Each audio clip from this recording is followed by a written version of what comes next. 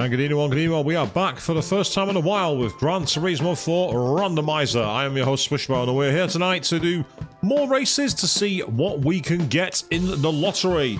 Good evening to you, Irish the Jack. I see you jumping in the chat there. Are you ready for more random chaos? Yes. Yes, I am, indeed. So on the last stream, we did quite a lot of races with the Shelby Cobra, and we've actually managed to get rid of all of the beginner races. They are all done. I was a bit concerned about the Spider, the K-Cup, and the Sport Truck, because I expected it to be difficult to get those cars, but I was wrong. So, let's see which ones of the professional events we can now do. We've done the tuning car. I'm assuming the Cobra can go in there. Won't be in the Boxer. Done the Classic. Compact car race. Oh! This car's small enough to fit. Okay, we'll start with the championship, people. It's a championship, and we're driving in a very small AC Cobra from the 1960s. And we're starting with a race at Seattle. We're going back to our stomping ground. I've been ironing your cosplay today, have you, today, Irish the Jack? That's awesome. Which one was that, mate? Oh, well, we've got... Oh, wow, we're up against the Toyota Vitz. We're up against the Honda Fit. Yeah... We might be a little overpowered here, people. We might be just a little bit OP. Let's get rid of that annoying logo. And we will fly into 4th place.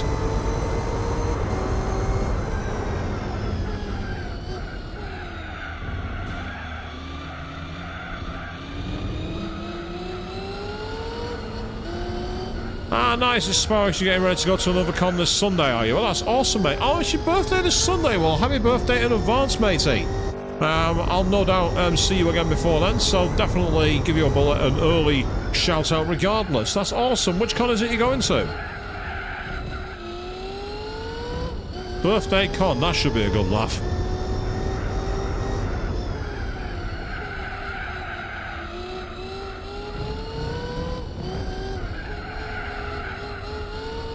I don't want to talk over this engine, it's just too nice.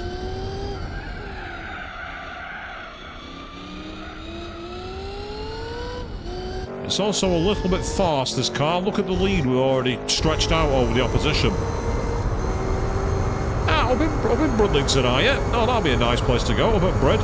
Hopefully it's going to be okay weather-wise. It's suddenly turned cold, I've noticed. It wouldn't be the kind of day I'd like to be out in costume, to be honest. Although apparently it's going to warm up again next week, so who knows what's going on.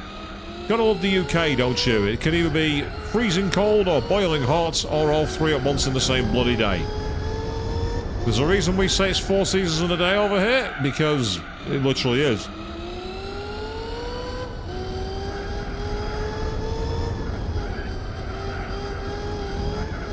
On sport tyres, this car slides a lot.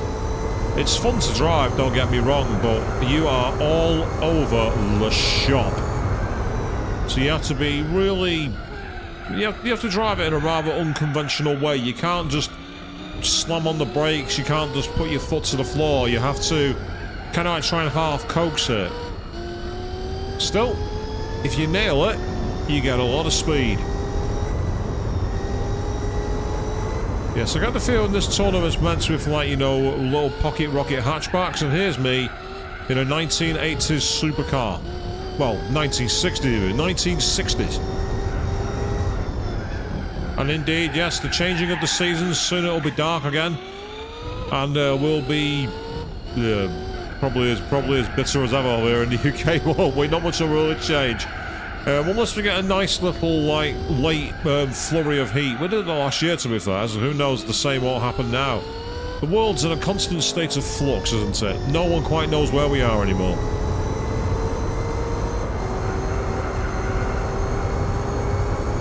I've always wanted to be able to go onto that freeway to the right there and go over the top, but I don't think they ever coded that as a route, which is rather sad. There's potential for like a super endurance layout of this circuit, and they never got around to making it. It's a real shame.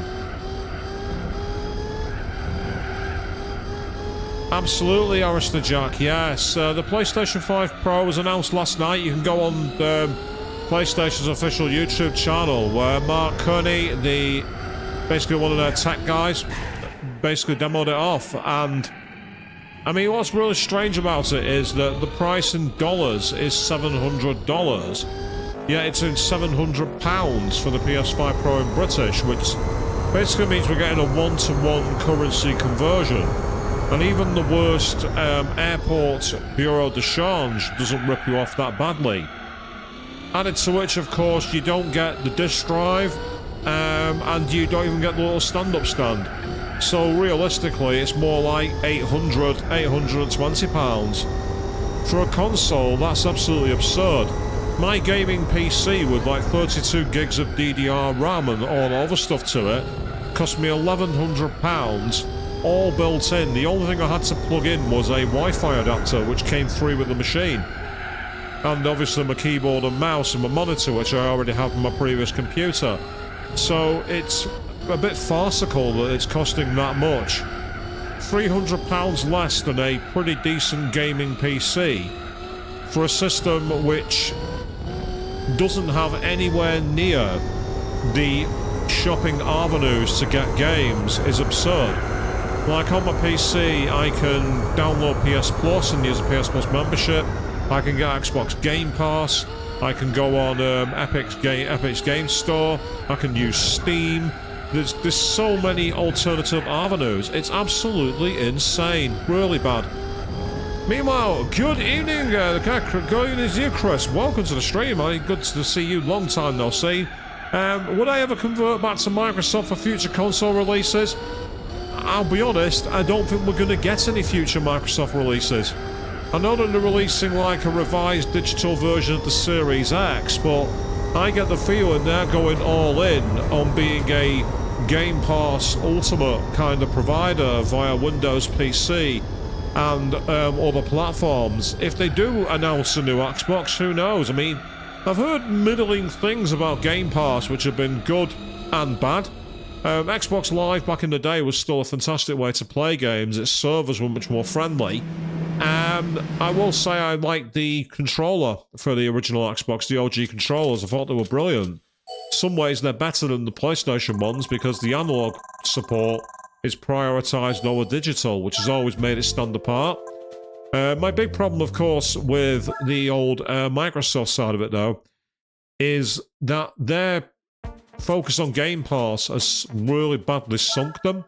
I understand that they've lost a lot of money and lost a lot of confidence. And with one of their main raps saying they've lost the console war, I don't know if we're ever going to see a new Xbox. I'd like to be wrong, because Sony have taken a shotgun to their own foot in terms of the way they've announced the Pro. The opportunity is right there for the taking. And I never thought I'd say this, but I think we need a strong Xbox because it stops companies getting complacent and doing stupid stuff like this.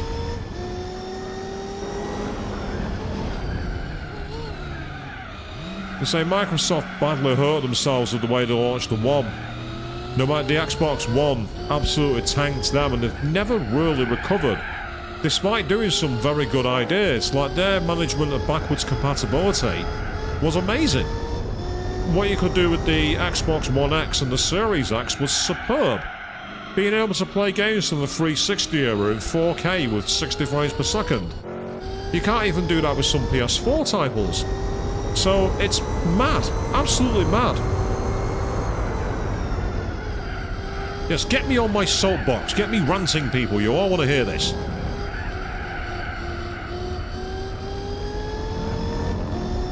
Beautifully smooth. I absolutely adore this car. For those of you out there wondering what version of the game I'm playing, by the way, I'm playing the online public beta for this game. It was released in 2006, and I'm playing it via PCSX2 on a gaming PC. So that's why it looks a bit sharper, and it's also why we've got the mod, which means that at the end of the series, we could get any prize car that could happen.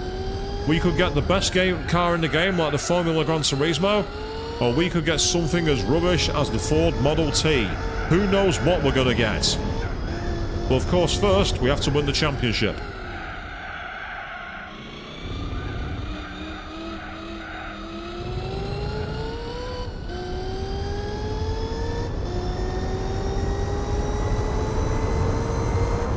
So sadly we're being emulated. The one thing we don't have is split times. For whatever reason, they don't work.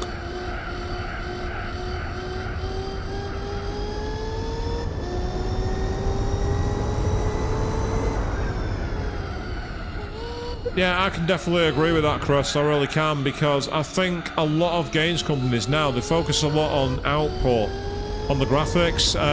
The gameplay, in the most recent years, there's been a lot more towards like grinding and access via things such as microtransactions, season passes, and there's also been this reliance on patching, as you say. So many games come out buggy and broken, and it's like the games are never complete.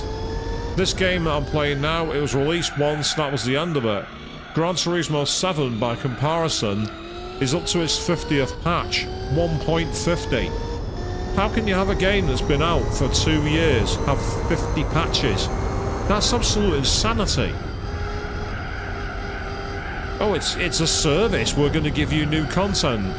No, what you're going to do is hold back content for the player and try to hold them hostage so they're not playing anything else, and we're not stupid enough to fall for it. I'd much rather have a game that's complete and short that I can go back and play through a million times than one that never ends, but the content is so drip-fed that I get bored. Again, get me on my soapbox, people. Get me ranting. We've turned off the Racing Avenue down Rant Lane here, it would seem, tonight. Old habits die hard. I will say though, these sport tyres have so little grip. Sliding all over the shop.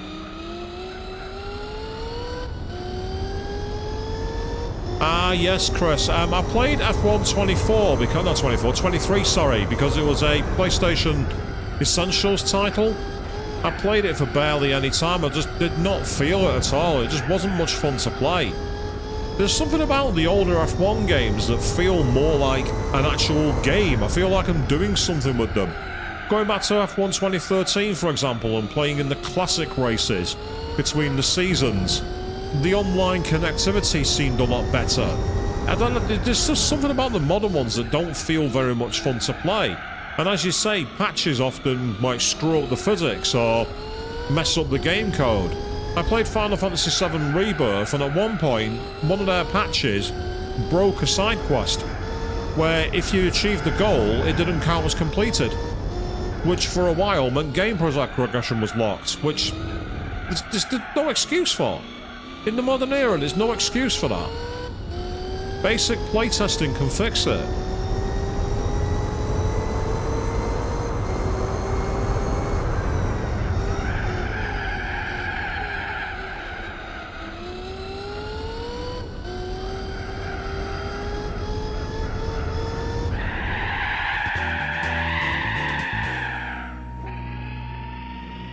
Completely pointless, but why not?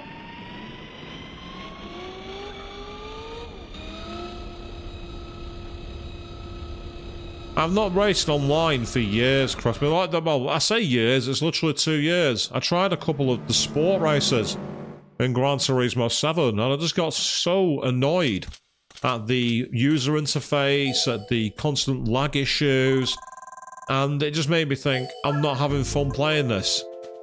It's like, do you remember when you used to be able to talk and have just all those kind of things? They've kind of all gone away. I get the sense that the communities don't exist anymore, and I think that's part of the problem. It used to be you'd meet someone and you'd do all that. That doesn't seem to be there anymore. I don't know why. It seems to have died a death.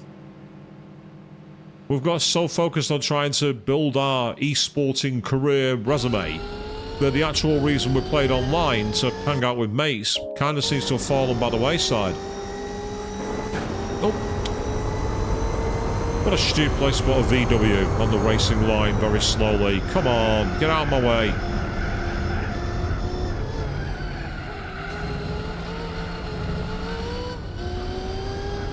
Yay, we're through. Awesome.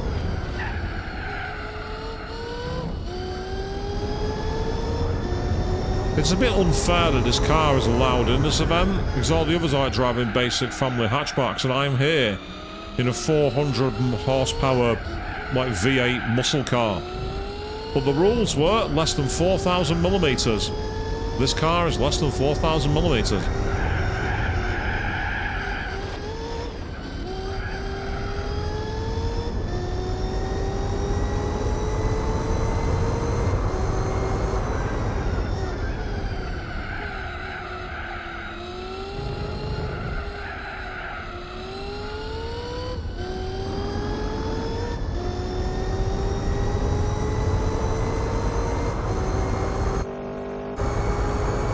Yes, they're quite a way back now.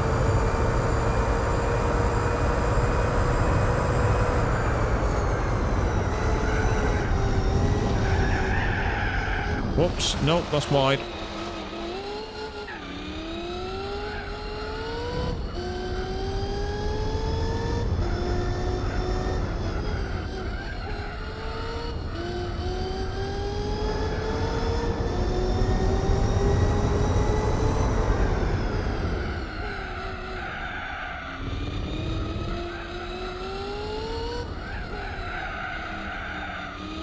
Oh, wow, nice. You say you still got a few of you hanging around. You've been playing PGA 2K21. I played that for a while. I didn't enjoy PGA 2K23. That was a free Essentials title. But I did actually play that game for a while. There was something quite zen and relaxing about just hitting the links and chilling out. Me and my mate were comparing routes we took shots and sharing weird videos. Of course, the one game I played that I really did not expect to enjoy, which is a PS Plus title, was Power Wash Simulator. That's one of the most relaxing and fun games I've ever played, despite it being literally a cleaning simulator. There was something about it that just felt really fun. It also helps the story is a complete shitpost, by the way. If you never actually played through Power Wash Simulator, when you get to the end of it, the actual story, because yes there is one, is such a shitpost, it's unbelievable.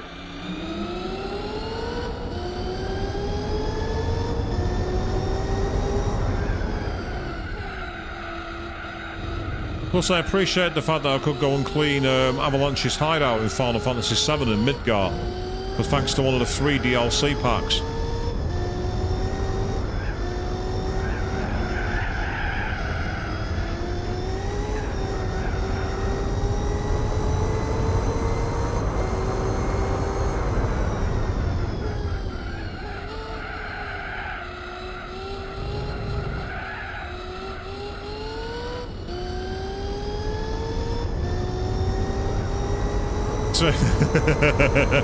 He took a sabbatical. I don't blame you very much. I did a live stream once where, well, twice actually, where we did the Final Fantasy VII maps with the actual Final Fantasy music playing. For some reason, it felt massively epic. It was really, really weird. And of course, some of the jokes and that we were sharing were great. Ain't no good enough this steam we're on till the end of the Gran. Yes, I'm proud of that one. My mate groaned, but I don't care. I'm proud of that one.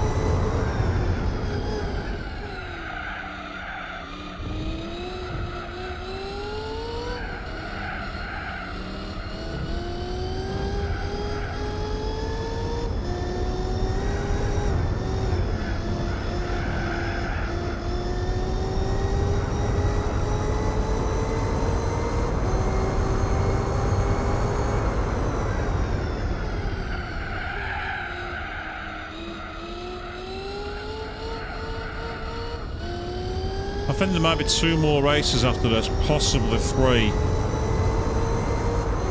But we are well clear of the field here, much faster lap, much better.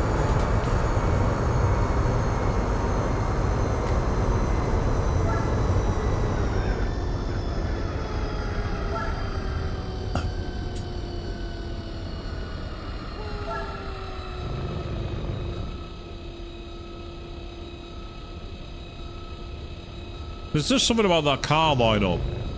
You get like all these like slow cars and suddenly a Shelby Cobra at the top. It's like a boss who's just decided to take complete control. It's not fair at all.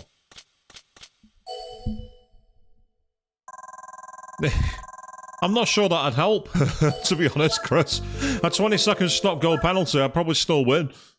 I think I'm still too far in front. But of course, speaking of stop-go penalties, F1 this weekend, Azerbaijan at Baku. I'll be interested to see just what happens this weekend, because we're seeing a lot of teams that could beat Red Bull seemingly stealing victories from themselves, and it's an intriguing season to say the least. I'm actually quite enjoying the fact that Red Bull aren't able to go burr at the moment. But at the same time, I'm also liking that we've got multiple cars that can win.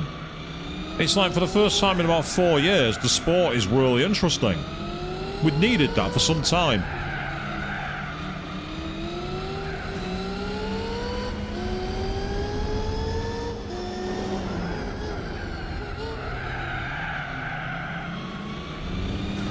Hey, how dare you? Get back in the loser lane where you belong.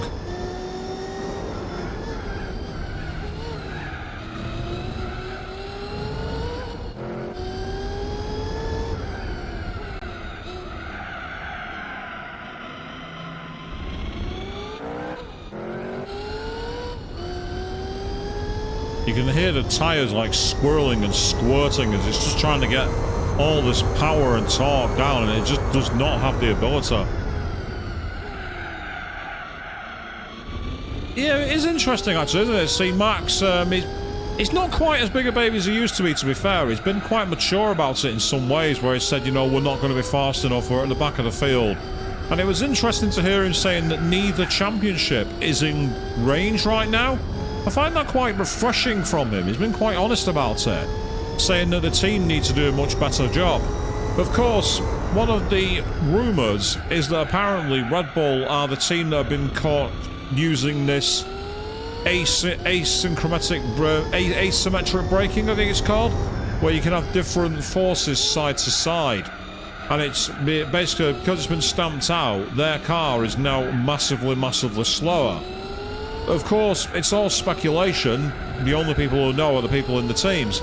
Well, apparently that's why they've suddenly gone backwards, whereas the likes of McLaren, Mercedes and Ferrari have all stepped up. And it was really nice to see Charles Leclerc running a good strategy in Italy to take the Ferrari victory in front of the Tifosi. That was nice. I enjoyed that. Yeah, as you say, Hungary and particularly Austria at the Red Bull Ring. His racecraft side by side was definitely exposed, wasn't it?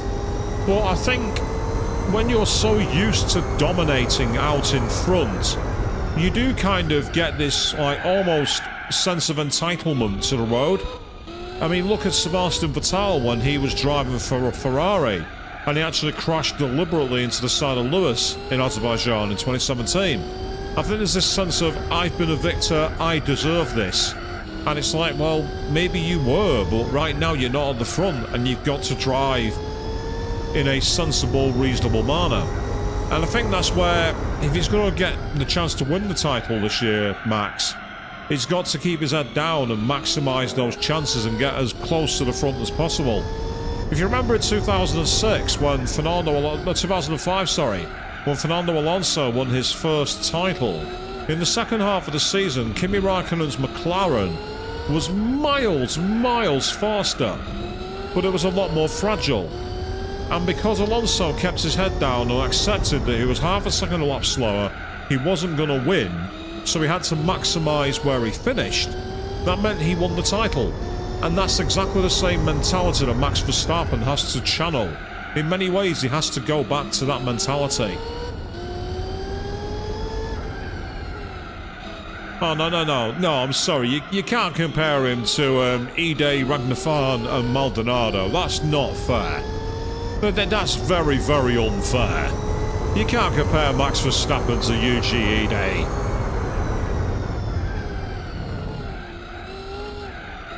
That's harsh even on someone like Zhou Guan Yu. Come on, that's below the belt. That's even unfair on Logan Sargent.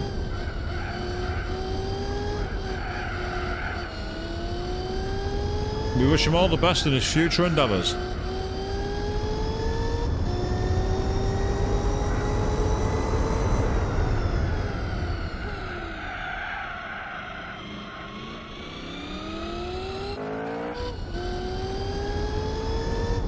We're doing okay. One more lap, and then I think we've got one more race after this, and we can roll the dice to see what kind of ride we're going to win.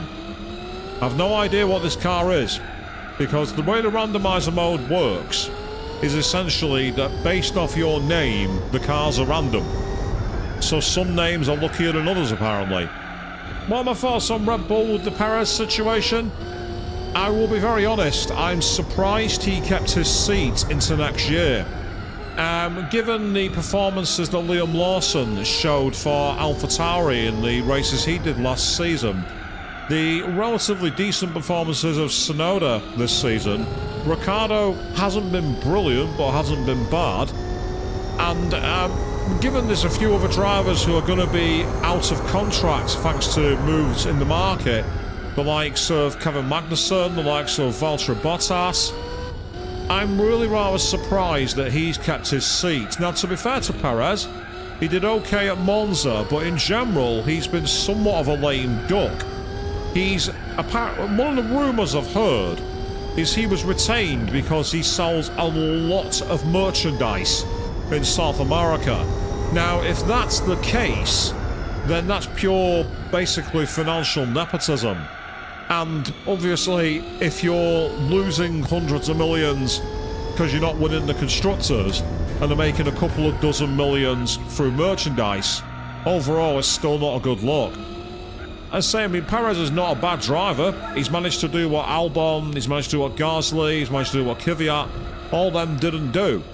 He won races when Max Verstappen was still in the team. That's not easy to do. So you can't say he's a terrible driver. You can't write him off. But I think he's one of those drivers who he just hasn't got that constant performance curve. He peaks and valleys way too much. And for a team in the midfield, someone like Aston Martin, someone like AlphaTauri, that kind of driver can really make the difference to your championship. For a team like a Red Bull or a McLaren, you need to be up here with a tiny little dip now and again. If you're going like this, you're practically valueless, in my opinion, to a championship. I mean, yeah, great point, Chris, exactly. Alex Albon spent his time away in DTM, has come back to Williams and dragged it to places it shouldn't have been. I think also Albon's performances have been kind of spotlighted by how poor Logan Sargent has been. Now, let's not forget Franco Colapinto came 12th on debut at Monza when a lot of cars finished. If he does a good job at Azerbaijan, at Singapore, and especially at somewhere like the Circuit of the Americas, then I think that's going to underline exactly where Albon's performances have been. But I will say Alex has been very, very good. And the fact that he had to leave the Red Bull family, pretty much, to get that opportunity says a lot to me. So again, there's all these elements that come together. I mean, next season's going to be a fascinating season for F1. We've already got Franco Colapinto, who's taken up this season in Williams. Will he be retained into next year, or will they get someone else? No one knows. We've got Ollie Behrman coming in for Haas. We've got Kimi Antonelli coming in for Mercedes. We've got Lewis Hamilton going to Ferrari. We've got Carlos Sainz, who's going back to Williams according to the rumours. You know, it's like there's so much going on in the season next year. Next year is going to be one of the silliest mix-ups you're going to see for a while.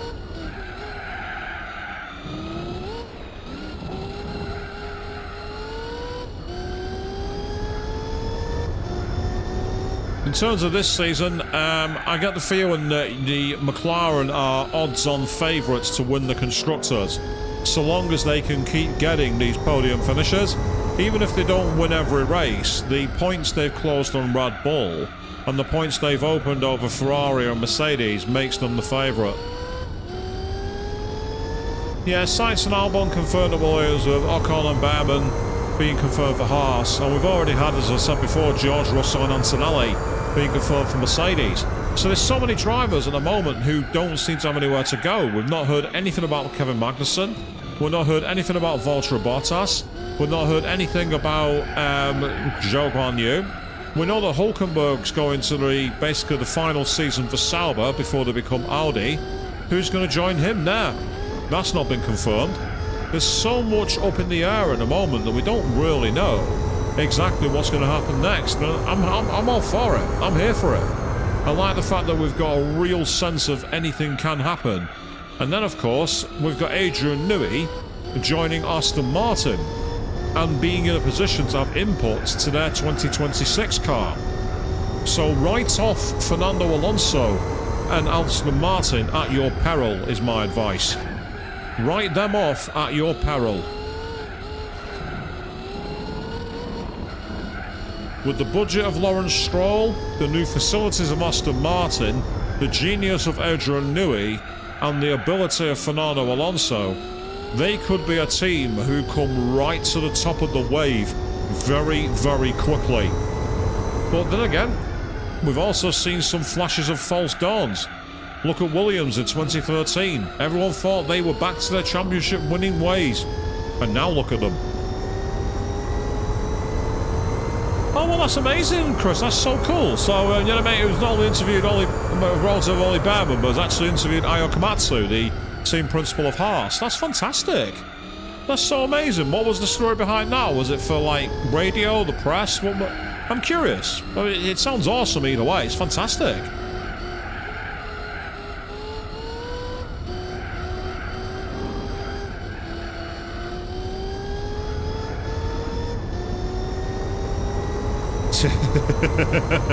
Lance Stroll in a championship winning car. Well, to be fair to Lance Stroll, he did beat Max Verstappen a few times in karting. He's got some talent. If he managed to do that, I'm not going to say he's got a lot, but it'll be interesting.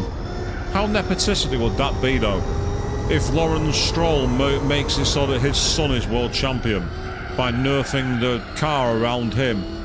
That'd be so nepotistic. So, Lance Stroll champion 2026 confirmed, people. You heard it here first.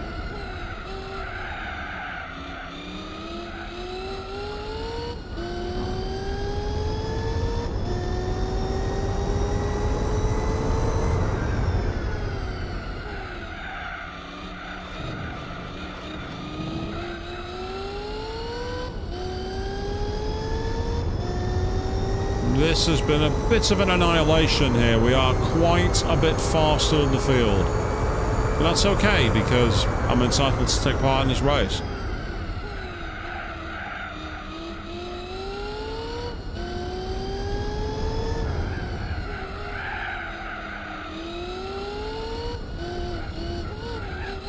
Looking to get a podcast started. Oh, that's fantastic, mate. Podcasts are a good laugh. So when they're done well and the topics are interesting, podcasts are brilliant. Again, a lot of it depends on not only hosts, but on the guests and everything else. After all, we did a few of them back in the day for XRL. Yes, you can still find the footage online on their YouTube channel. You can still find the races. Good times. Good times.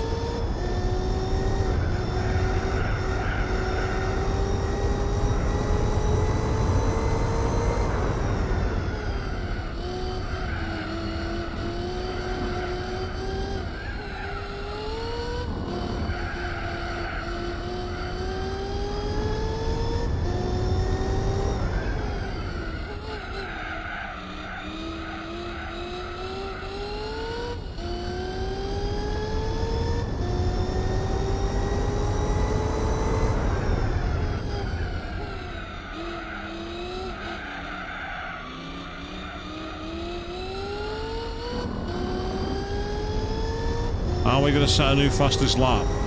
Yes, we are. What a way to finish. Stamped our authority all over that season, it must be said. So the question is, do we have any more races, or is that the end? Let's find out.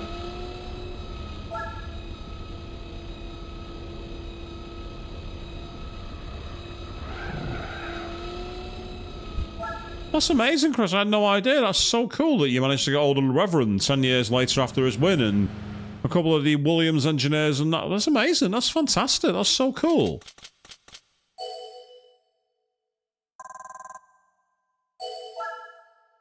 Yay, look at that. We've won a keyring, people.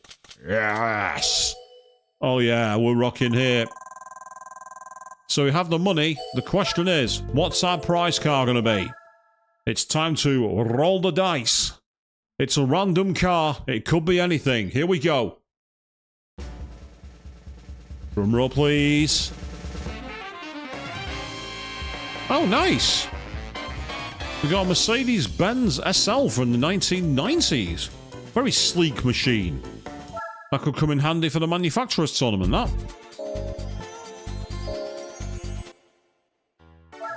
So we'll get that into the save slot. We just saved our game. So we managed to win a Mercedes SL and now naturally aspirated. Yep, single races this time, so we don't have a full championship to do. But we do have 5 races to get on through. Naturally aspirated engines, and we're going to keep driving the Cobra because it's my fastest car. In terms of a road car, anyway. It's my fastest by quite a long way. Unless I randomly get, say, the Mercedes SLR McLaren. We're up against an Aston Martin, a Corvette. What looks like an Audi of some kind.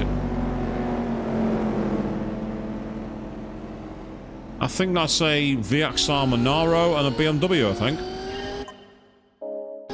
I actually have one of those Aston Martins and won it as a prize car.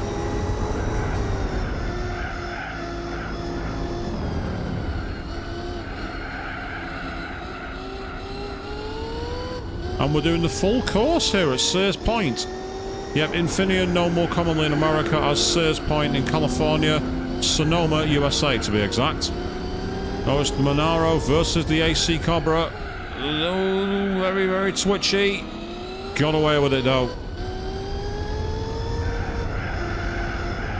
So you can hear the car and the squealing of the tyres because this is not really designed for cornering. It's very much an old vintage muscle car.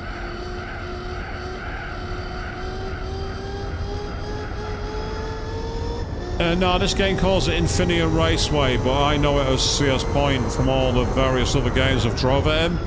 As you can see, the actual topography is totally wrong as well. It's nowhere near this green or fertile. It's much more desert-like from all the ones I've seen. Oh, what a sound from that BMW. That sounded great. The BMW M3 sounding beautiful there, but it's not as good as my AC Cobra.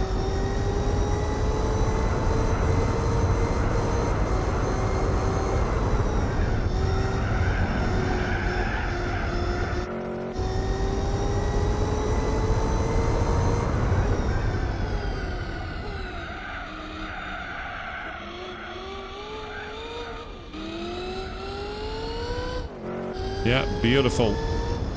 So I would use cockpit view, but unfortunately we don't have one. So this bumper view is well, bonnet view is the closest we've got.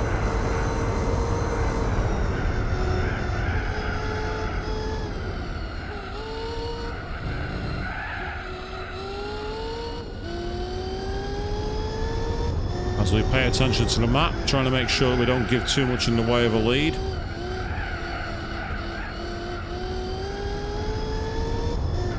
A really challenging circuit this, because there's a lot of like off-camber corners. So you find the grip falls away from you halfway through a bend. And anyone who's driven a car and feels grip fall away, it's not much fun.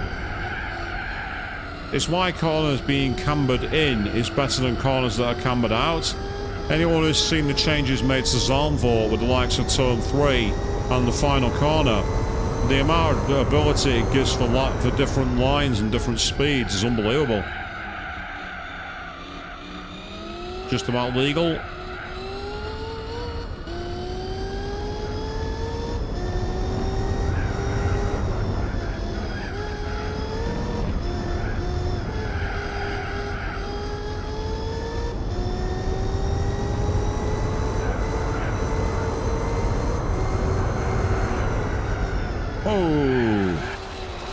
Got a tank slapper on the brakes then, but I kept my foot in it and we're going okay.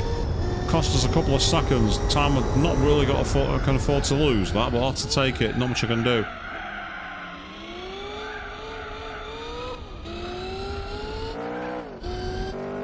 Yeah, so he's just behind me in the hairpin, so it's a bit too far back to be a threat right now.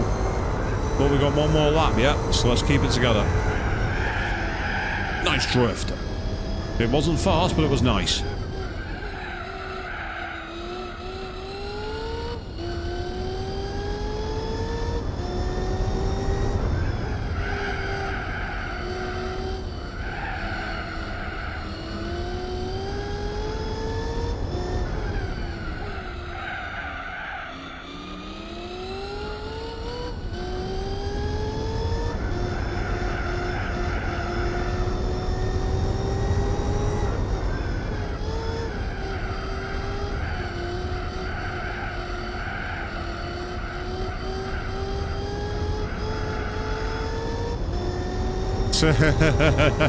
Yes, I remember those days. Forza Motorsport 4, where if you didn't have the DLC, all you had was the VW Bora. Yes, I remember that. Being slammed at the side by a Bora going at like 400 miles an hour. Of course, the Sauber C9 in that game was so broken. That car was absolutely overpowered. Of course, I managed to win a couple of races with the Peugeot 905, and people call me a cheat because I was beating them. No, mate, it's just that unlike you, I can actually drive the car. It's not the car isn't everything. I sound really egotistical saying that, especially at the same time that I crash. You know what I mean?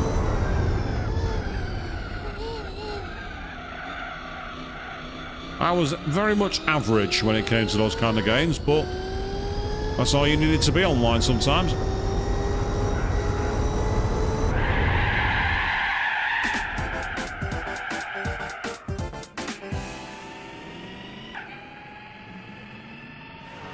Oh.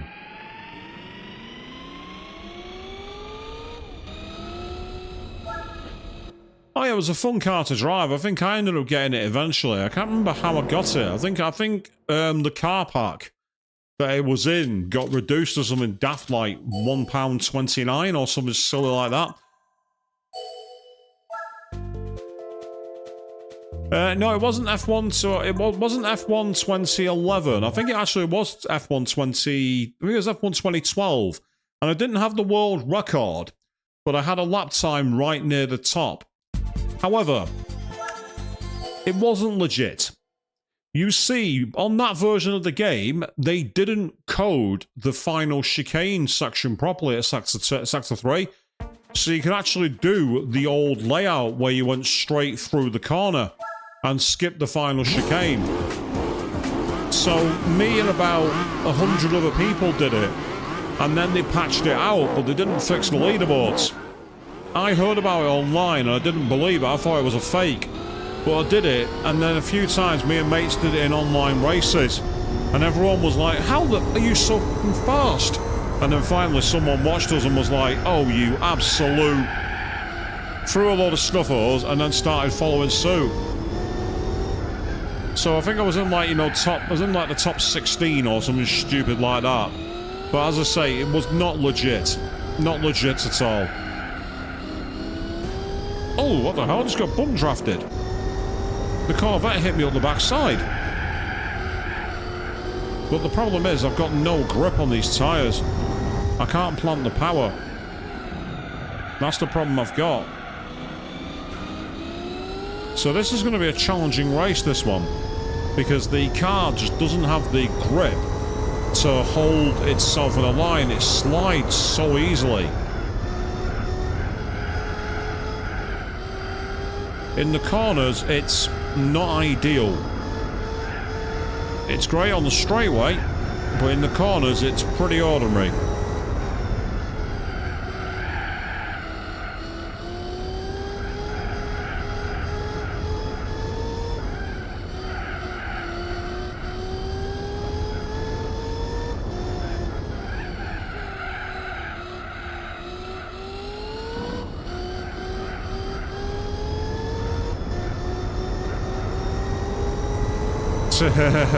No, I don't, James. Sod off. I don't need to box the car. Not happening. The car's fine. Sod off. Let me drive it.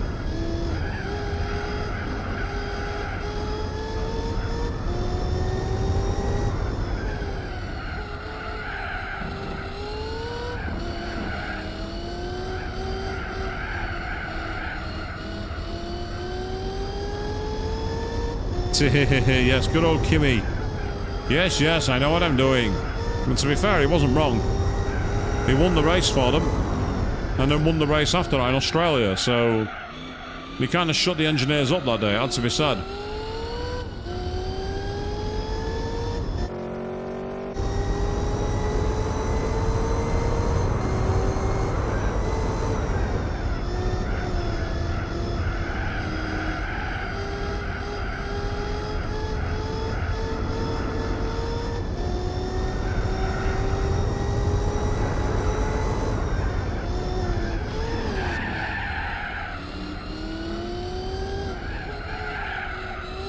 Oh, very true, yeah. I mean, the contract they had with Kimi to get him back, the amount of money that Enstone spent on him was unbelievable. Absolutely silly. But, you know, he proved his worth, and as I say, he bowed out under his own power the own way after he returned to Alfa Romeo to finish his career. I miss Kimi, he was such a good laugh. Half the stories involving Kimi are just almost like joke-worthy by themselves. It's great. He was a proper character, very James Hunt in his way. Get out, have fun, go to the pub, carry on. He was F1's alcoholic, it must be said.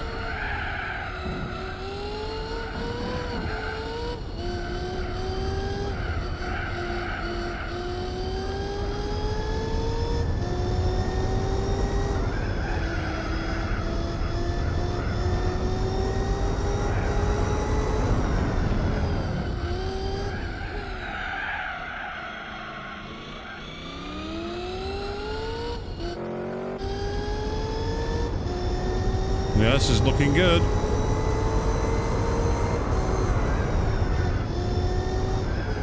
I mean, Danny Rick's banter's kind of cool, but that's about it really at the moment. He's not quite got the charisma. Don't get me wrong, I love the Honey Badger, he's great. He's awesome, but as I say, he's not Kimi. That much is true.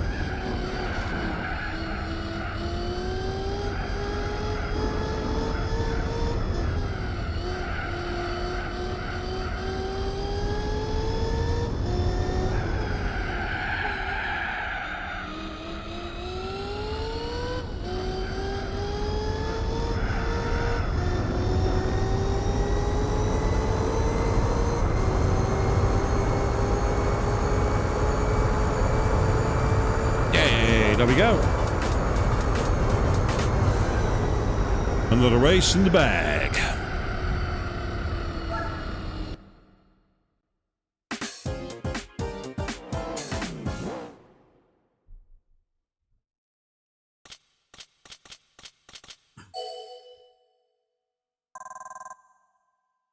Yeah, exactly. It's because he was a genuine character, wasn't he? He didn't feel as like fabricated as some of the other drivers.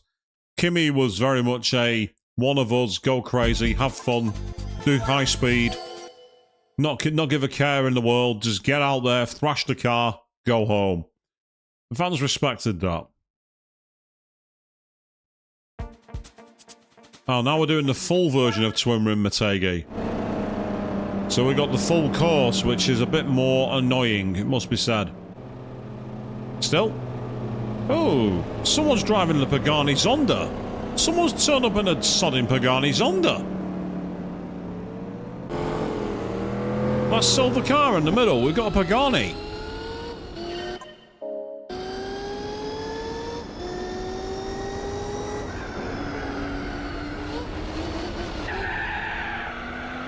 That oddly enough happened because I had to get out of the way of the Aston because it was going so slowly on the racing line. See what I mean? Lance, get out of here. You're not good enough.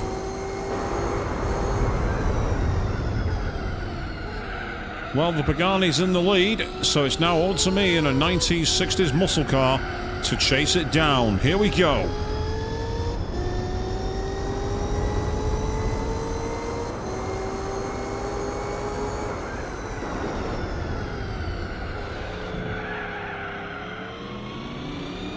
I went very, very deep then, but I got away with it.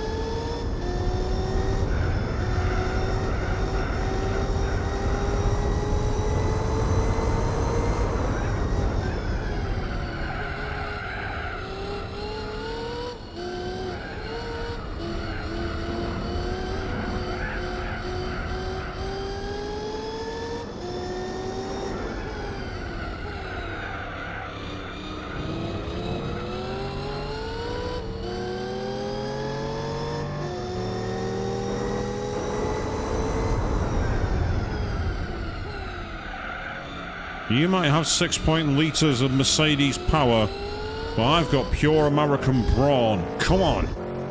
Keep up with this.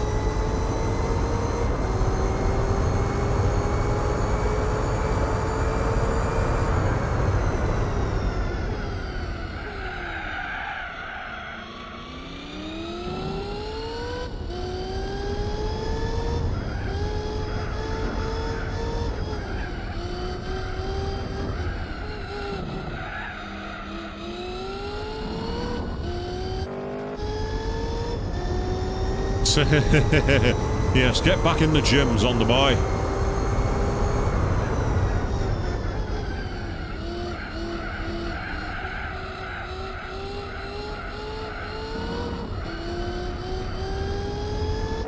You might have horsepower, but I've got an all-round package. I know what I'm doing. So now I've said that, I'm going to be really cocky, really confident, overcook it, go off and lose the race.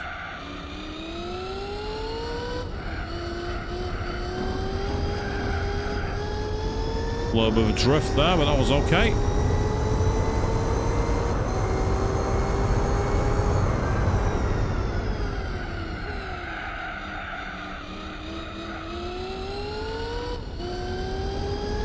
Yep, there's 1.5 laps to go.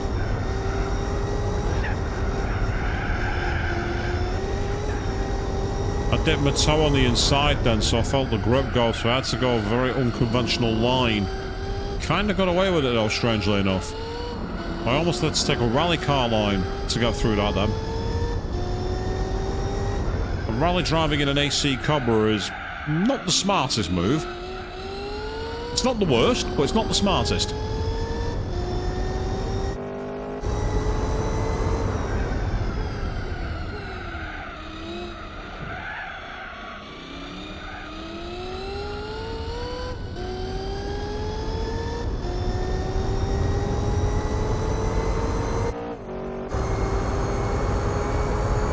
Looking for the brake marker boards just before 100 meters. Purely because we've got the downhill to account for. You have to brake a little earlier there because the gradient is very, very tricky. It's one of the steepest parts of the course.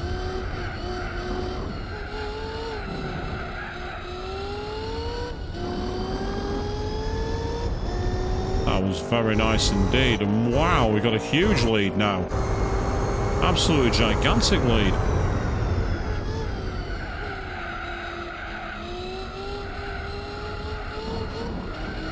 Nearly 10 seconds in front. This is insane. That Pagani Zonda just can't keep up.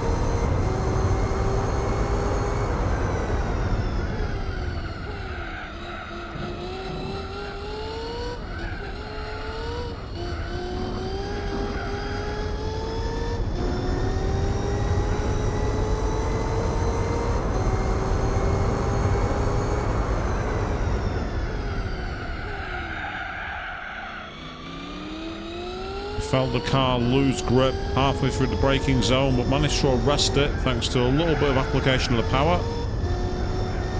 And that was a much better line than the last lap.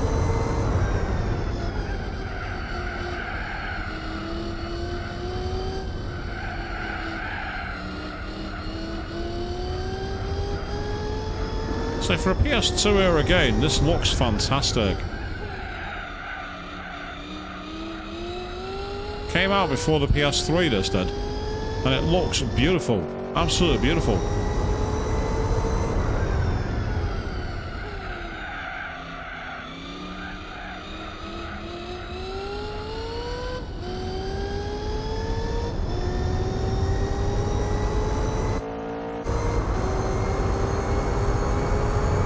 Just 3 more corners to go, and we're just going to nail them, get them right. Yeah, superb.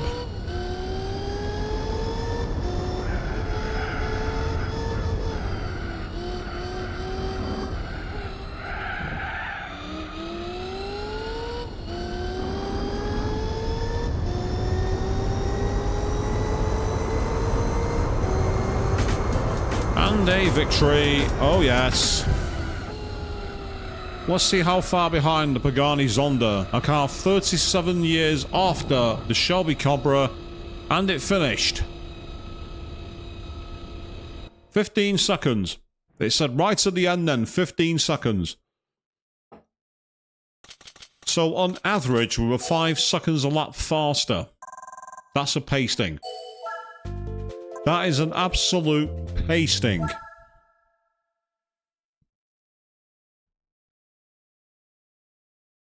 That's being slapped around very, very harshly indeed. So now we've got Special Stage Route 5. This could be quite a tricky one. Special Stage Route 5 is a street circuit. It's held at night. And it has a really good mix of long straights, but really tight, twisty chicanes and hairpins. So this is going to be a very difficult one. We've not got the Piranha's Honda to worry about at least, but we do have the Proto Spiro, which is this game's unicorn. A South Korean supercar that's got decent stats in this game. So I'm expecting that one to be a real problem.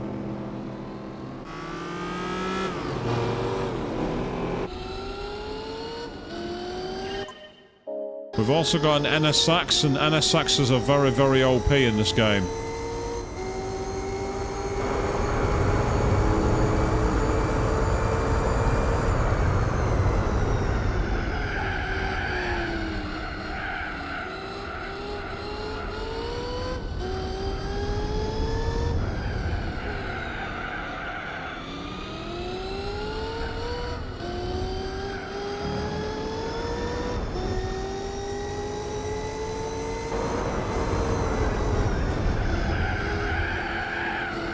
Oh, that was bad line. I felt the grip go halfway through the corner.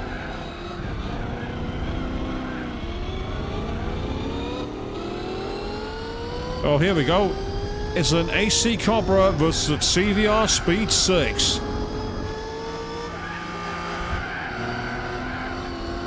It's Blackpool versus Texas.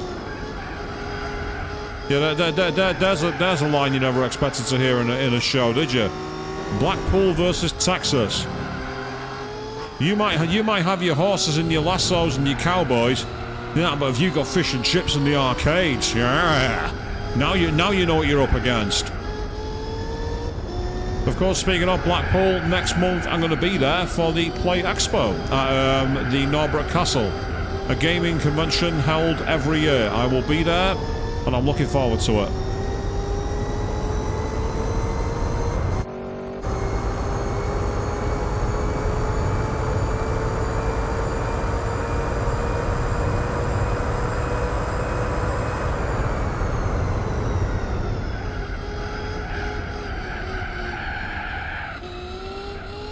Yeah, tyre squeal gave me terminal understeer then, which is a real nuisance.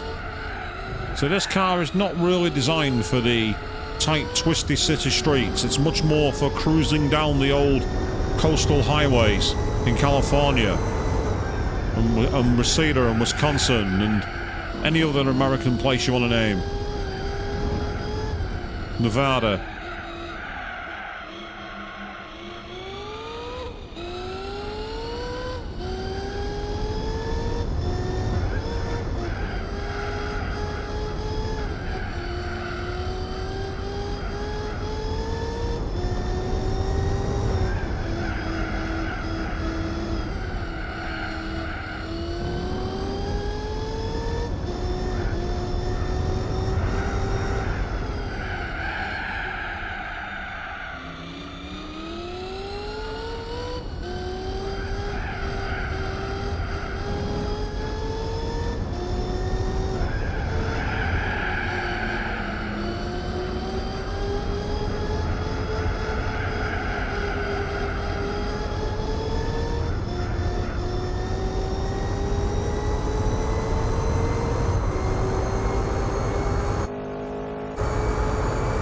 So we're not getting away from them with this circuit. This circuit are a lot more competitive.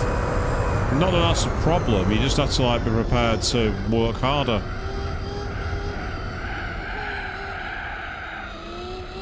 I tried to do a little bit of a coast in the middle of the corner, and that seemed to give me a little more traction.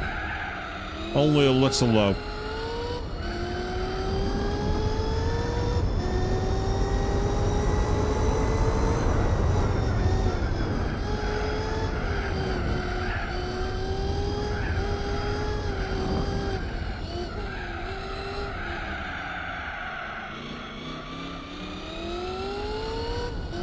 Yep, we're looking okay.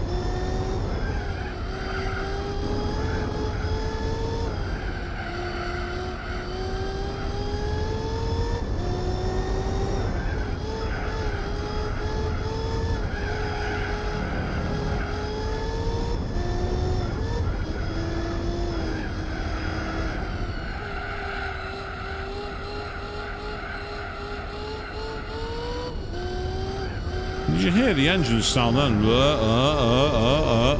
Like a 1970s British Leyland car on a winter morning.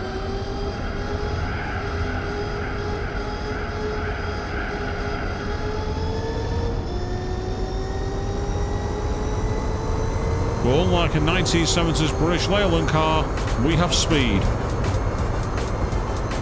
We are there, we made it, and the TVR Chabira Speed 6 finished a respectable 7 seconds behind, so much more competitive race, that one. Like, actually catching up and getting into the lead was kind of tricky, but now we've got the next race, which I believe is at Trial Mountain, which is one of the classic circuits from Gran Turismo, featured in practically every game. And despite what we all believed, we all thought it was a Scottish track. Turns out it's in Oregon. That's disappointing.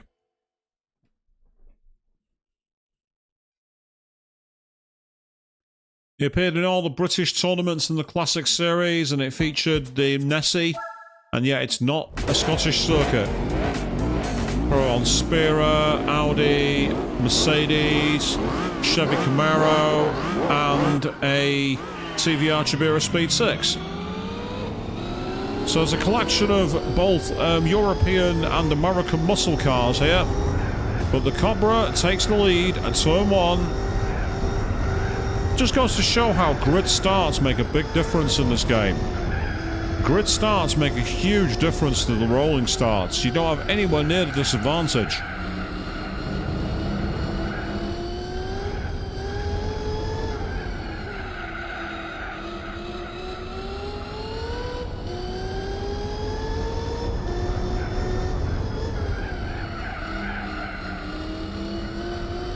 Of course, this is a fictional circuit. It's not a real life one, to my knowledge.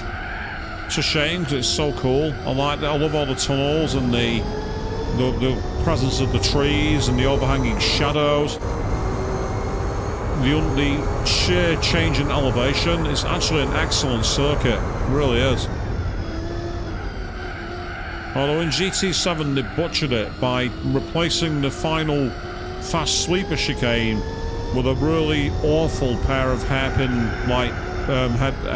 bends. Just not as fun. Feels like a slug to navigate.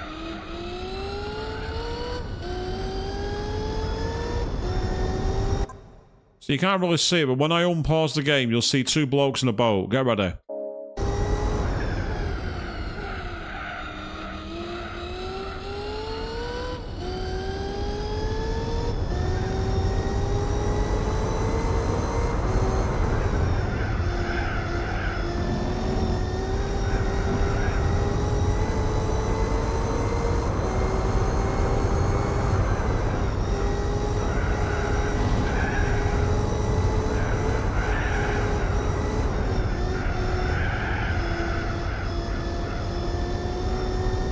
On this circuit, this car actually feels very good. I don't know if it's something to do with the undulating surface or what, but it seems to have a lot more. I have a lot more confidence in the car on this circuit. It feels much better suited.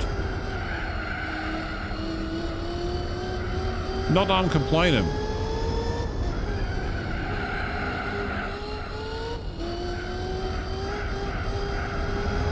That might have been a corner cut. I don't know, you tell me, people.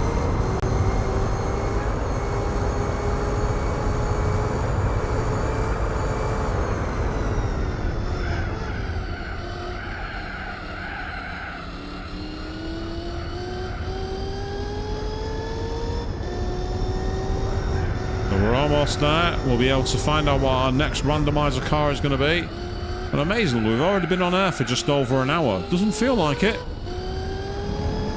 But I'm not complaining again, because it's nice to have content and it's nice to have all you people out there watching, so thank you all very much. And of course, the chat box over on the left, if you want to get any further comments in. Otherwise, sit back, relax, enjoy, or laugh at the way I drive, whatever feels most appropriate to you.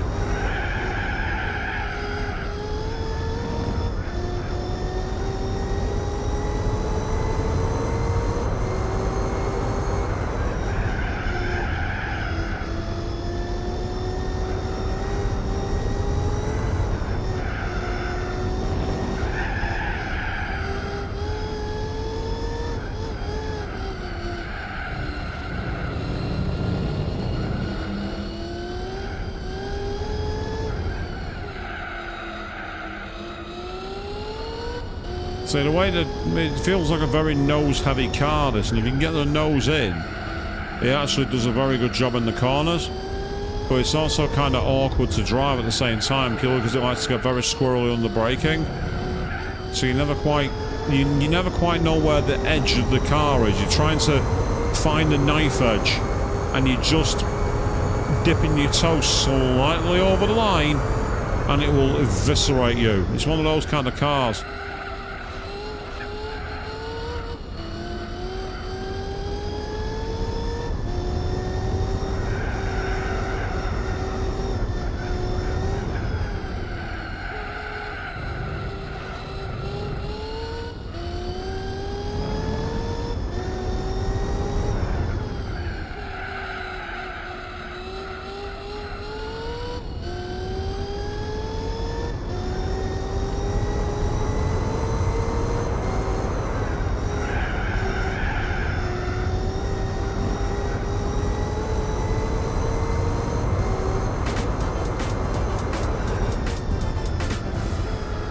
.136.1, so we are way ahead of the field, and I get the feeling we might not even get their finale time, mate. Nope. We were so far ahead, we were so fast, we didn't even know how long it took them to finish. The Shelby reigns supreme.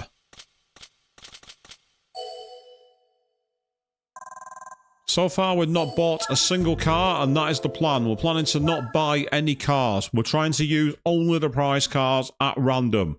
So speaking of the prize cars, let's fire up the roulette wheel. Here we go, come on. Oh. That is actually a very, very good find. Because depending on the power of this car, I might be able to use that in an event which I don't really have a car for at the moment. And that car event is this one, the World Supercar Festival. Basically, I mean, I can use the Shelby Cobra, but it's not quite got the grip. I need a car. Let's go. Check it out. We've unlocked the Circuit de la Sarthe. Very nice indeed. We've got the Circuit de la Sarthe. Meanwhile, progression-wise, we're at 19.3%. So out of curiosity then, in terms of a car we can use, TV attribute speed 6, no, not using that. Where? There we are, the Proton, it's only got 320 horsepower. It's not got enough power. Having said that, can I improve the performance of my Jag XKR? Let's see how much power I can give it. Let's see if I can upgrade the Jag. There it is, the Jag. Firing up the... Awfully sorry, would you get this while I fire up the Jag? Okay. Basically, we need to have no less than 493 brake horsepower. So if I can get this car upgraded to 493 brake, we might be in a position. Now, it has access to NH tuning. We can't turbocharge it. Okay, we know that much at least. So for now, let's see what we can give it. For 4,000, we can give it an extra 30 horsepower nearly. For 12,500, we can go up by 100. Or we can go all the way for 75,000 and give it 589. I'm going big. Let's give this car a load of power. And spending money like it's water. Money I don't really have, but I'm going to spend it anyway. Let's upgrade the car. Give it a triple clutch. Give it a flywheel racing flywheel. Let's give it a full limited slip diff. Let's give it a carbon drive shaft. And now let's give it better suspension.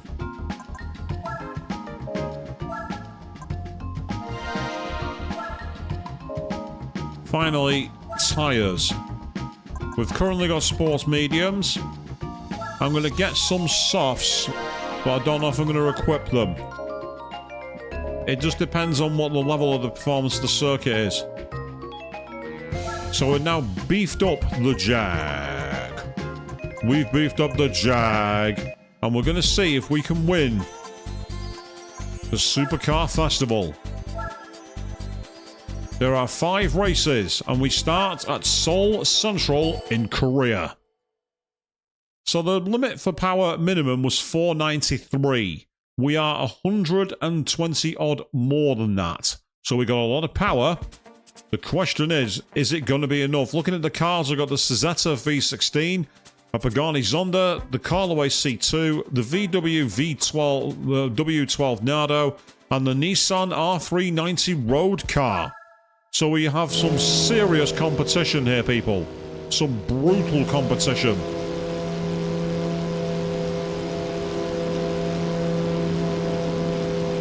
Is the Jag going to be enough? Let's find out.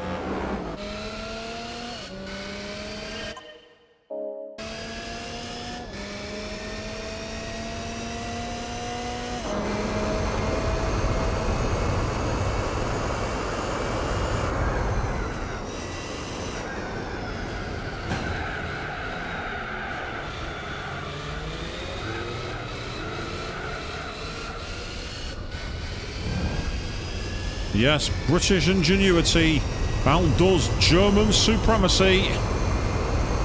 But we've got to catch up to the Italians. That's going to be the hard part. The Pagani and the Cizeta. Now we have a lot more grip in this car compared to the AC Cobra. It has a lot more grip. The question is, can we catch up?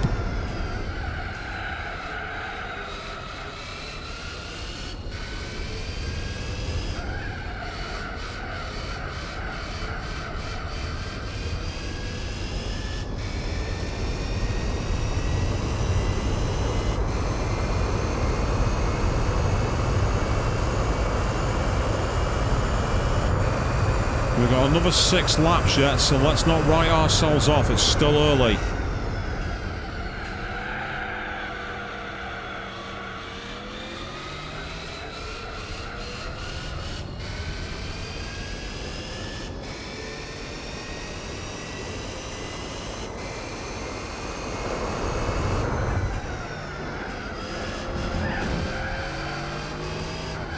That wasn't exactly legit. Oh, well, he's giving me a taste of my own medicine. Fine, okay. The stock car race is on, people, and now I've got the Nardo concept all over my backside.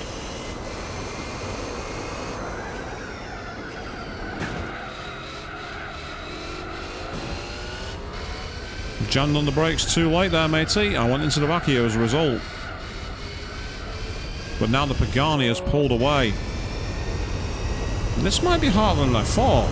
This might be a much more difficult championship to win. Because despite the high top speed that I've got in the car, it's clearly not enough. My only hope is I can start nailing them in the corners.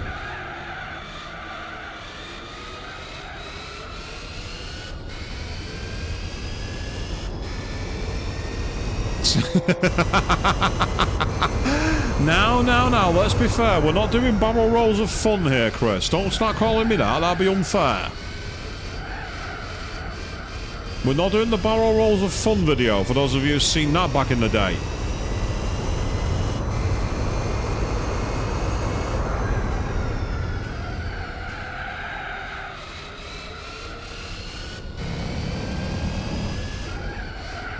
No, this is what I'm talking about. I miss these online chats. They were amazing. Right, 4 laps to go. Can I catch him? That's the question.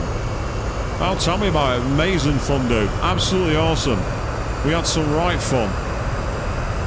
You just caused a pile up. If you did get instantly banned. Yes, I remember that conversation. Smithy was not happy with him.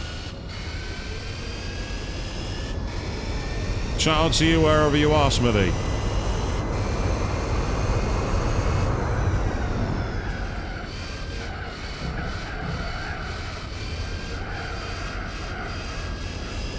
That gap has significantly decreased. This is still possible. We can still do this.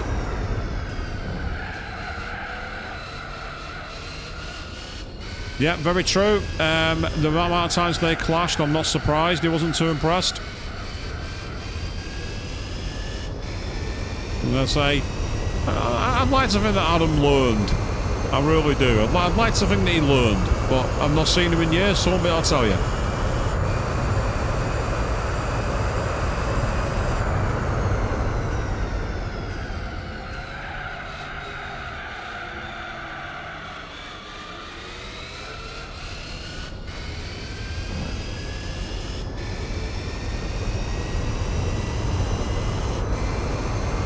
If I can't catch this Zonda, I'm going to have to find another car. Because this car just doesn't have the pace. I'm surprised. It's a very good car, the Jag, but it just doesn't seem to have the pace at all. I haven't spoken to many of that crew in a long time, unfortunately. It's a shame. I'd say at one point, me and Dan were having a conversation on Instagram, and then we just kind of fell out of contact. It's a shame, because I'd love to have seen... I'd have loved to have tried to reboot XRL. I wanted to at one point. I was going to do it using the PS5, but interest just wasn't there. I'd have loved to have seen us go back, because everyone forgets that XRL was one of the very first to do live broadcasts. There were loads of people like Apex and that and TRL that had videos, but we were the first to do it live. Those days on Twitch. 360p, constantly trying to hide pop-ups, reconnection issues, microphones underneath TVs to get audio. We were rough as anything back then, weren't we, people? But it worked, and that was the best thing. It actually worked. But yeah, unfortunately, this car is not good enough. Despite the amount of money I've sank into it, the car is just not good enough for the Supercar Festival. It's not got the pace.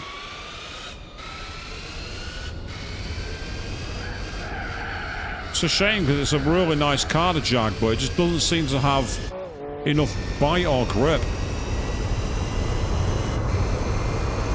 I know what you mean, Chris. Yeah, I think part of the problem is that league racing kind of went towards more esports style, didn't it? And it was all about trying to win prizes and actually win prize money. And it's now not the same community it was, because again, the XRL was a proper community. We had all kinds of stuff going on.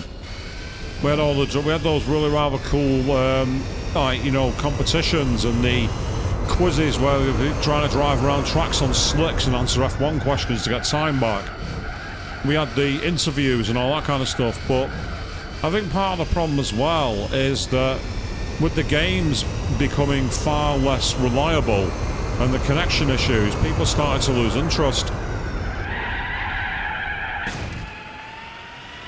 Yeah, that didn't work. I'm going to have to take the L on this one and go back to the drawing board and find another car. This car is just not good enough. Shame. Real shame. I thought it would have been good enough, but it's just not got the pace.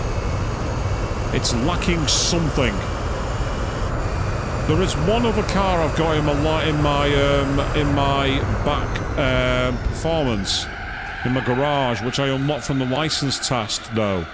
I have a roof CTR, basically a Porsche 911. That possibly could be powerful enough.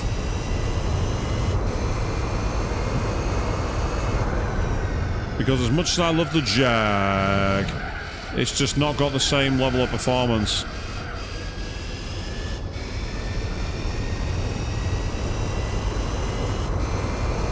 This version of the Zonda is much faster than the other one. The driver's much more competent.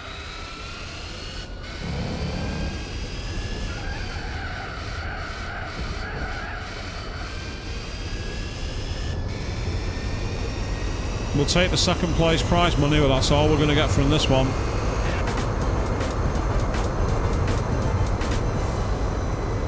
Yeah, 8 seconds too slow. Just did not have the pace. Considering the amount of power the car had, it just felt sluggish. There was something strange about it. Luckily, we've got a decent payout of cash. So we're going to go back to the drawing board. We're going to get another car.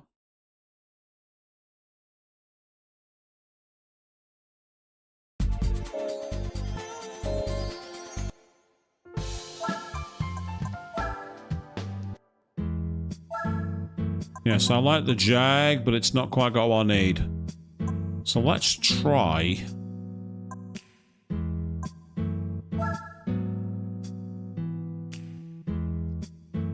Ah, nice. So where you work, you got a job tomorrow. It's only about a quarter of a mile away from Dan. That's awesome. That's amazing. What's the other 593 car I've got there? Oh, it's a race car. I can't use it. Because it's a car that's been racing modified, I'm not allowed to use it. It has to be a production car. So the Roof CTR 96. That could be a good buy. First of all, I'm going to change the oil. Yes, check it out, people. We've got a Porsche 911 that's not a Porsche 911.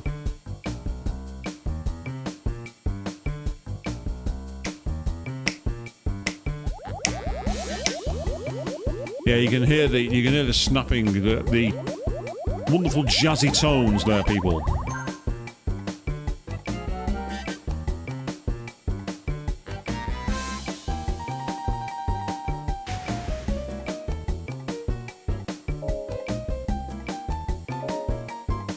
Yes, I got this from getting all gold in one of the license tests offline.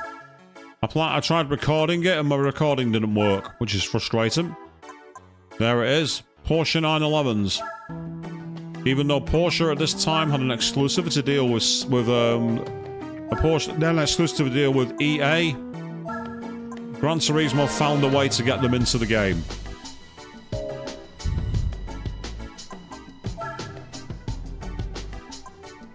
Oh, interesting.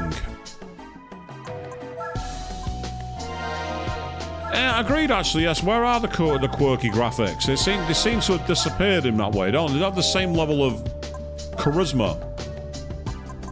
Can't upgrade that. Can you upgrade it as a turbo? Yes, I can.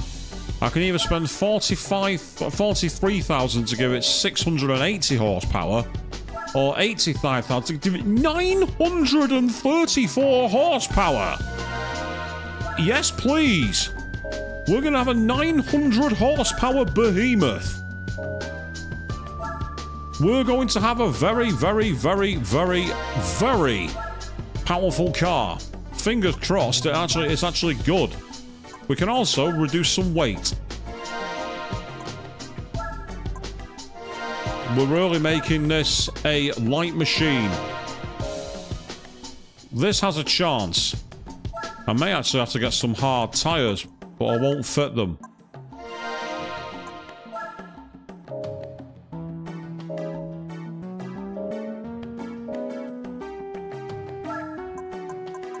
Right, let's try this.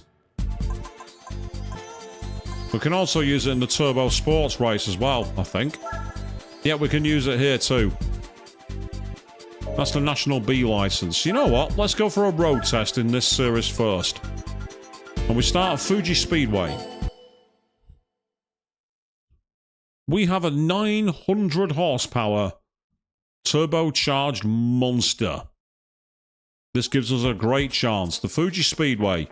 There's a Buick in here. That could be a problem.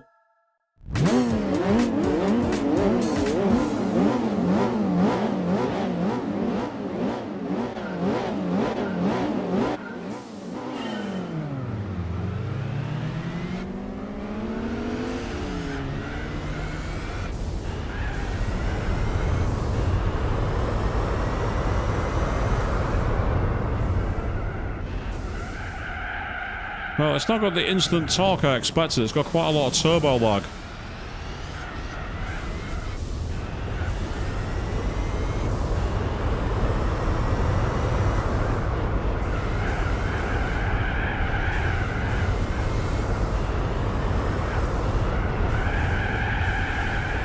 Whoa!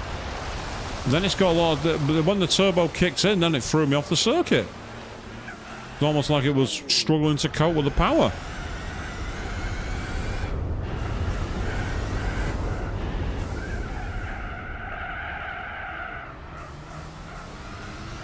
Warming up the tyres.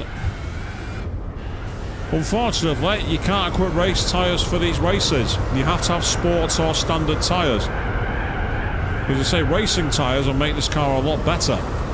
a lot more grip, be able to plant a lot more power. But unfortunately, we don't have that. So it's like driving on ice at the moment because these tyres don't warm up very well. On the flip side, it might mean I can equip soft tyres because bizarrely, they don't seem to be having anywhere near the wear and warm-up I expected. Also, I think the gear ratios are a little too long.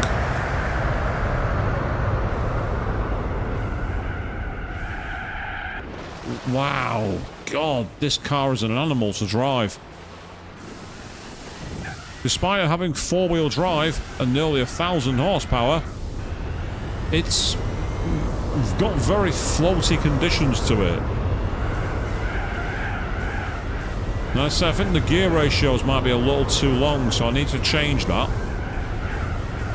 Being able to hit 200 miles an hour is a good thing, though, I must admit. And I'm loving the sound of the turbo kicking in, going psh, psh, psh, all the time. Almost sounds like a rally car.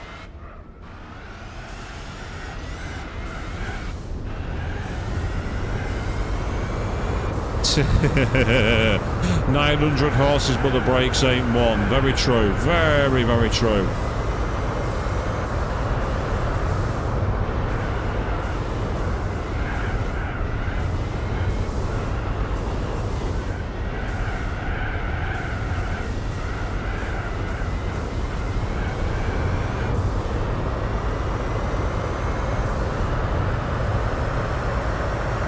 You see the gear ratios here, we've only just hit 6th gear. So I could actually get a much better gear ratio than that. And despite braking at more than 200 meter board, it's not made a difference, it's still gone off. So despite having the brakes and everything else, the lack of grip in the tyres is causing a problem. On the flip side, the tyres have held on okay, so I might be able to equip the soft tyres.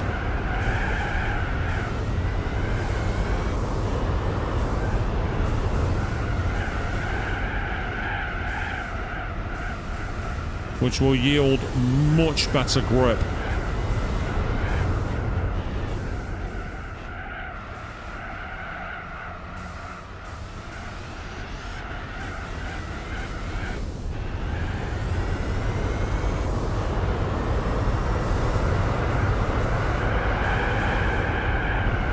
So I mean about the lack of grip, it just started to slowly fall away. Well, again, I am in a road car. I'm not driving a racing car, so I can't expect it to have F1 downforce.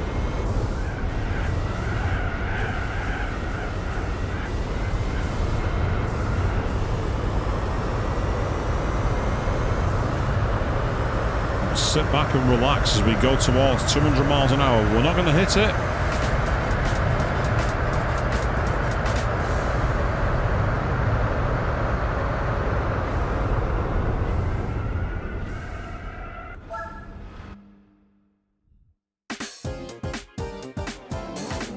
Yes, there it is, the Roof CTR2. Look at how it's designed. Very quirky, very nice. Very nice indeed. Yay, 7,500 credits. Thank you, I'm going to need those.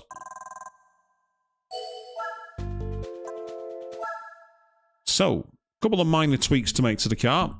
Change the gear ratios down slightly. Change the tyres, and see how we go. Oh, Tokyo Route 246. Beautiful circuit. Really good circuit, this one. Tokyo Route 246.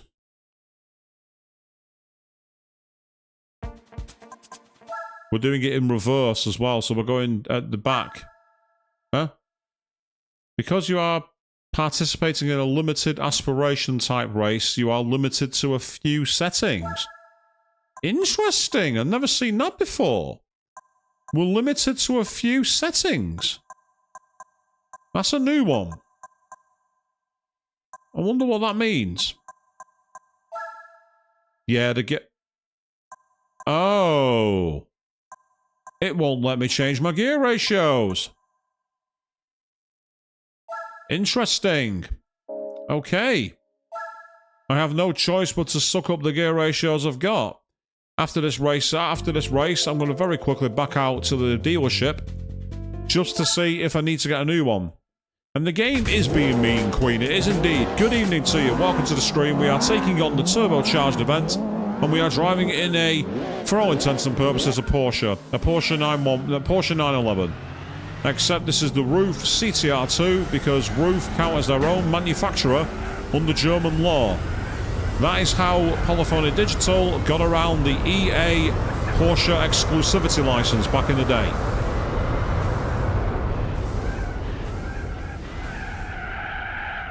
Normally, you could only drive the Porsche 911s if you were playing in a Need for Speed game. Well, thanks to this little trick, you could get around it.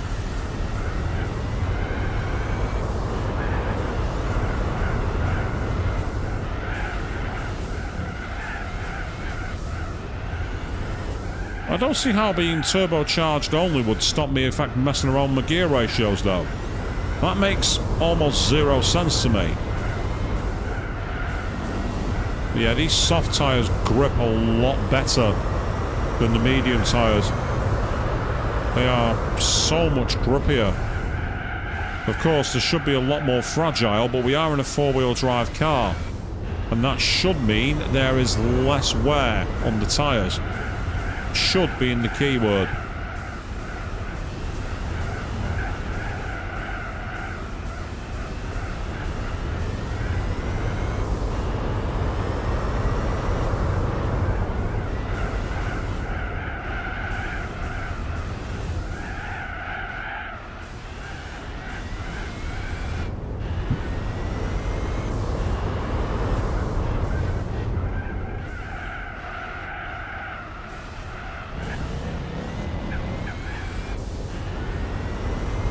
As we fly along in this very, very fast car. Watch the speed here. We're in 5th gear. And we're only just hitting 190 miles an hour.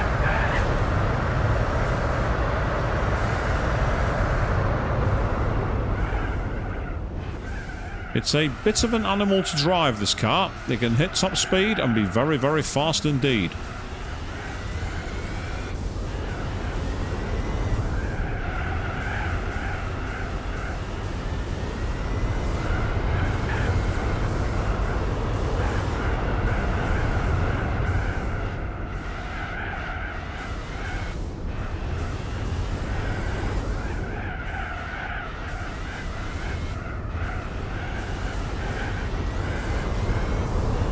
I bet on racing tyres this car would be an absolutely transformed machine to drive. On racing tyres this would feel so much better.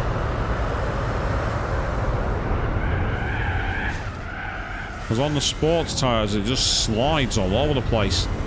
Sports tyres in this game are not that great. It's only in the later Gran Turismos where they got that right and sporty tyres started having some actual performance to them.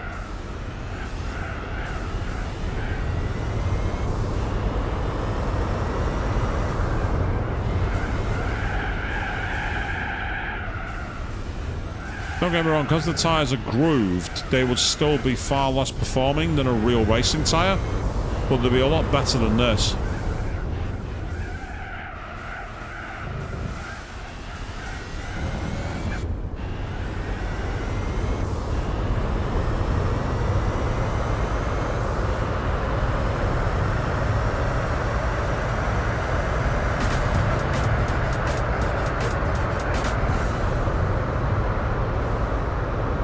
Yes.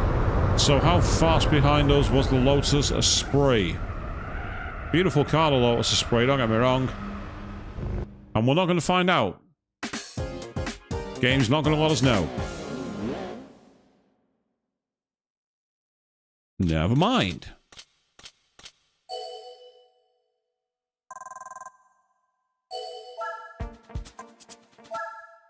What I'm going to do very quickly is back out of this. I want to see if I've actually got the gearbox that allows me to change the settings of my gears. If I do, and the game has a strange, like, mechanic to it, then so be it. So we are going over to the Germans. Let me check out the drivetrain. No, I didn't. That was what I was missing. I was thinking it seemed a bit strange that it wouldn't let me change my gear ratios. I thought that was a bit odd. Because basically the gear ratios in the car as they are too long. So what happens is the car doesn't accelerate that great.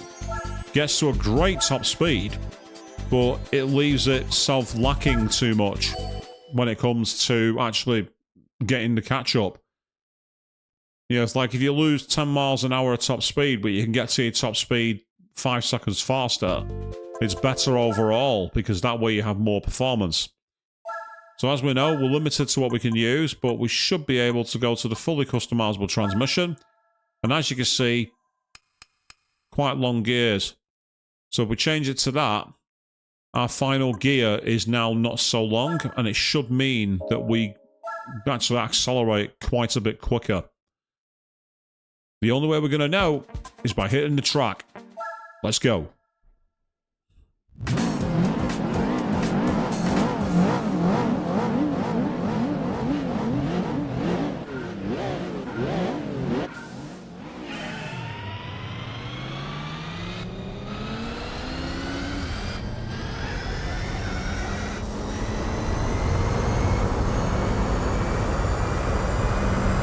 See, we're up to speed way faster.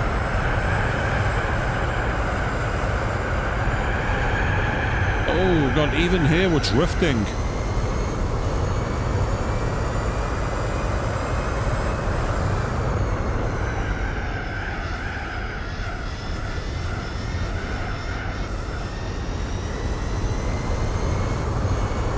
Yes, here we are, we're at the track designed after the L-Core from Mass Effect. Tell me I'm wrong.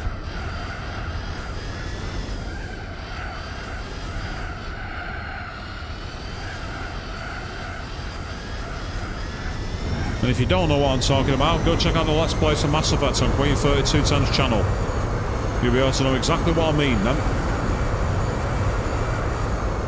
I basically said we're driving at the track which appears to be designed after the L-Core from Mass Effect. Tell me I'm wrong.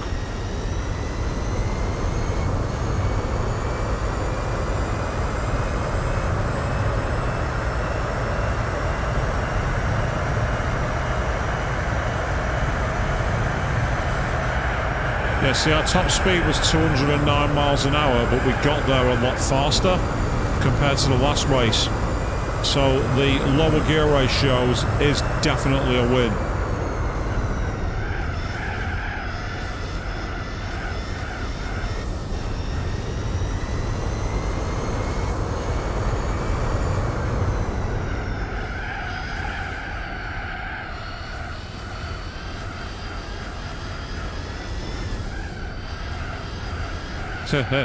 I'm glad it's not just me who sees strange things in the shapes like that.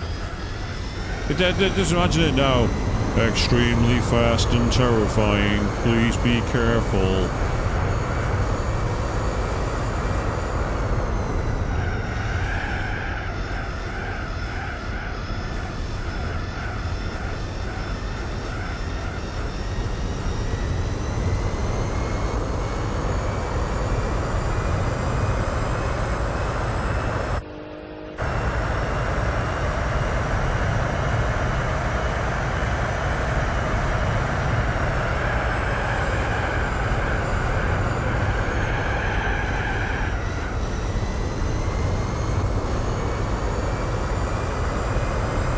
Yeah, we are way faster in the field now.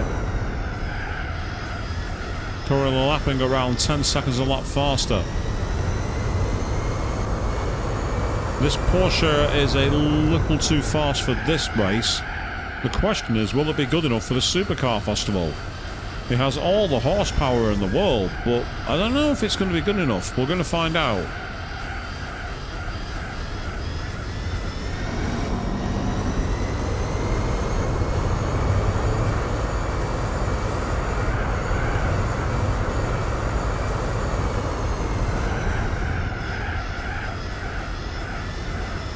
We're going to see just how much of this game we can complete using prize cars only. We're going to be able to see the end credits. I get the feeling we're going to do that. Because if we can win the Supercar Festival, we only have to do the Boxer Championship and then we unlock the World Championship. And as we've got the Toyota GT1 and the Bentley Speed 8 as prize cars already, we've got 2 cars that are more than capable, easily, of winning the World Championship. So we're going to win those. The question is, how many other events after that can we win? I reckon quite a few.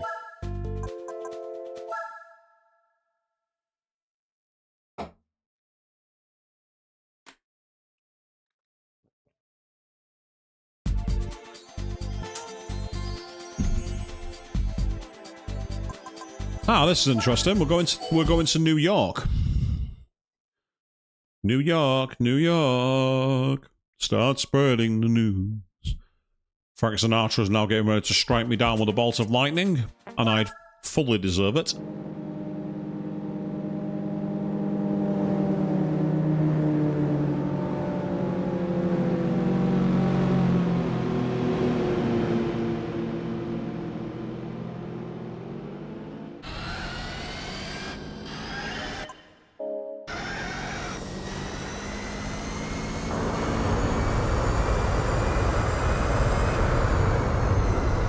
Ah, we got a GTR Skyline, one of my all-time favourites. My all-time favourite car, the R34 GTR Skyline. That is the car I would own if I won the lottery. I would have one tomorrow. Yes, I will pay you £250,000 to import it from Tokyo. Get it done.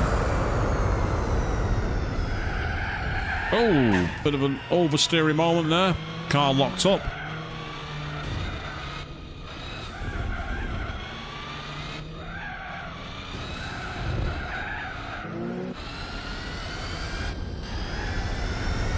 I just had a Ford Focus hit me up the backside in a Porsche 911. That's embarrassing.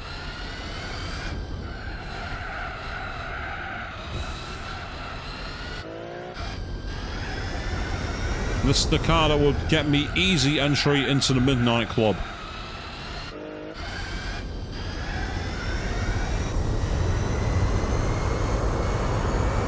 And speaking of Midnight Club, I'm tempted at some point to get one of those games, either for the 360 or the PS2. I want to see what they're like, because I've heard good things about them, the Midnight Club games.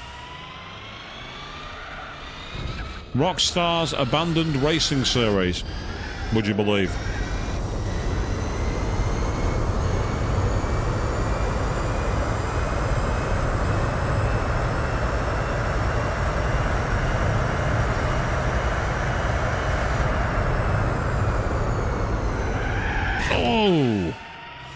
The brakes on this car are not very effective. It's not got good braking.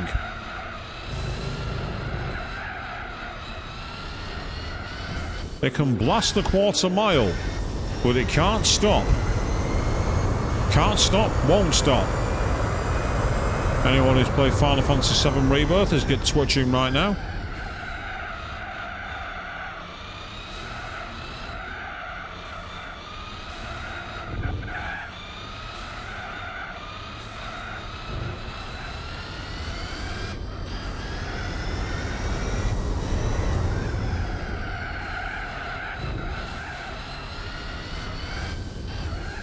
But despite being useless at braking, it's pulled away from everybody else. They're not even close.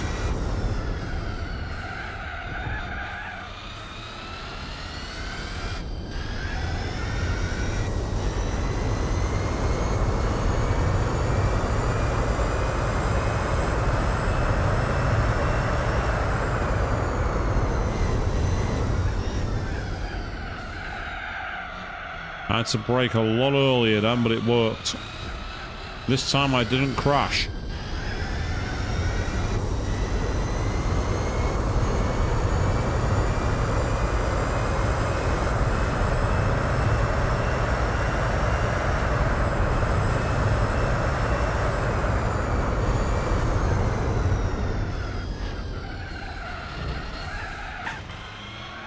That was because I got greedy. Took too much of the inside line and it spat me into the barrier.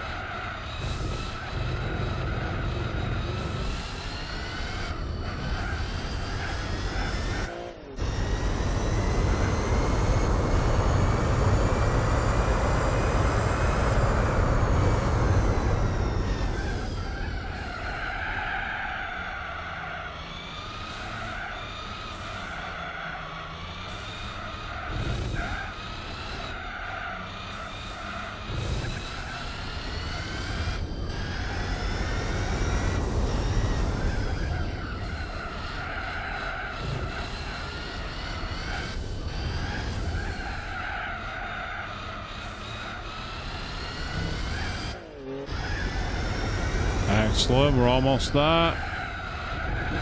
Beautiful. That was one of the better cornerings I've actually done. That was awesome.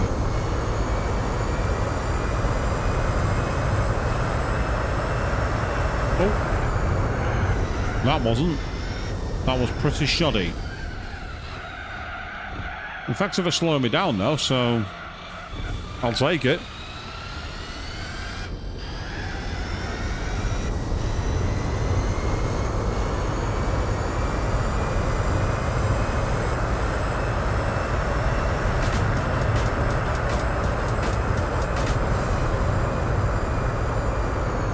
Yes, the Ford Focus RS beat a Nissan Skyline. No. Absolutely not. A Ford Focus would not beat a Nissan Skyline. It just would not happen. That would be like me beating Usain Bolt in the 100-meter dash. It's just not gonna happen.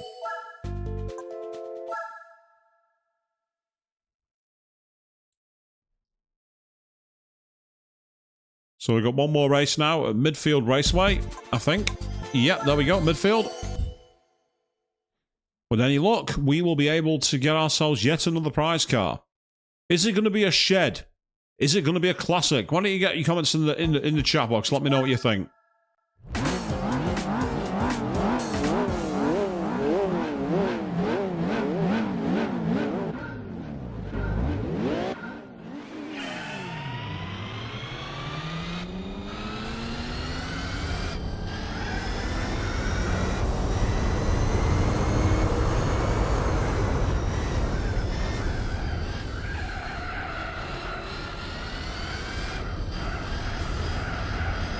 Say, off the line with cold tyres, the car struggles. But once it's off the line and away, it's not bad. But the only issue is the sheer amount of, lack of the sheer coldness of the tyres. Because these tyres just do not warm up easily. Hence the blue little sheen, which I have actually covered up on my camera. I just realised. I see you can't see it. My camera covers that up, so that's my fault. I can fix that though. After this race ends.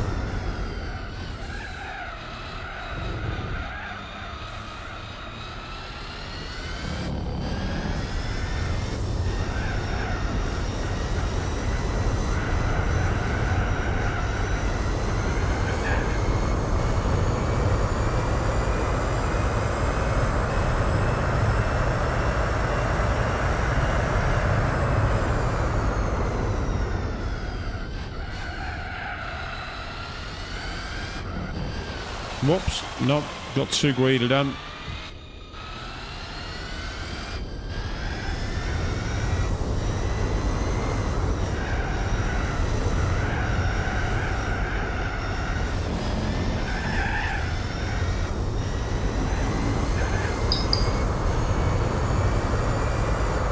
Well, I'll find out what that is when I'm done with this session. Now's not the time.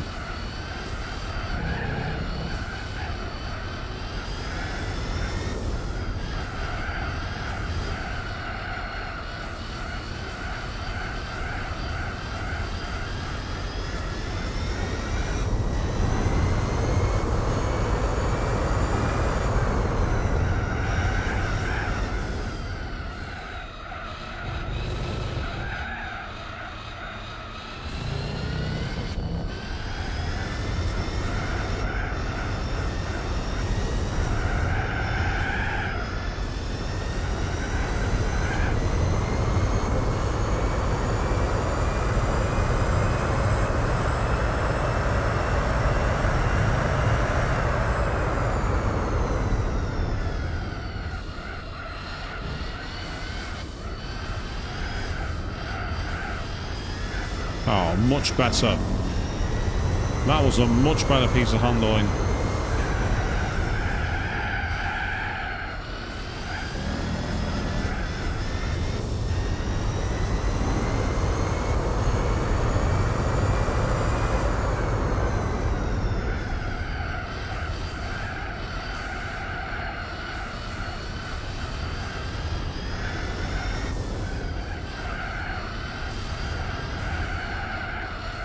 Unless something strange happens, we're on our way to winning yet another prize car in a moment, people.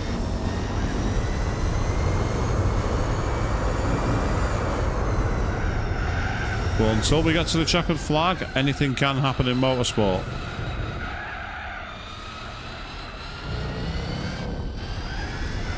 This is looking promising. Yep, here we go. This is it. We're redlining. We're going to go for it.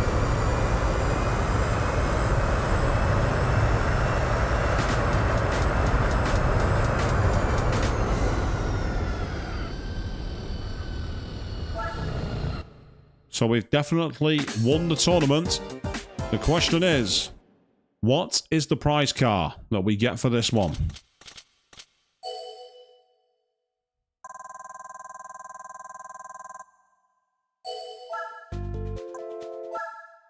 So I'm pretty sure that that was the final race. Here we go. Random wheel is spinning its corner, landed on. Oh, very nice. An R34 Skyline. What a beauty. The R34 99. Absolutely lovely. I absolutely adore that car. Very nice. Absolutely awesome. And that's a quick save. Just to give you an idea of our current percentage completion, we are now 20.2 complete. Oh yes. Now, in the professional events, we have left the Boxer Spirit and the Supercar Festival. Oh!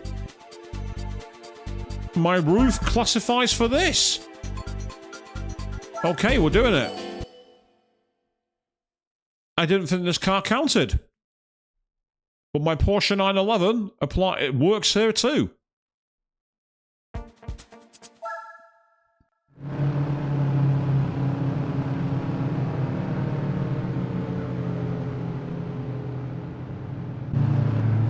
What this might mean, if we're lucky, is we might, for the next stream, unlock the Gran Turismo World Championship. Because we only have to win, I believe, this tournament and the Supercar Festival. If we do that, we will be on our way to battling the World Championship, and that could be very nice for next week's stream. So now the question is,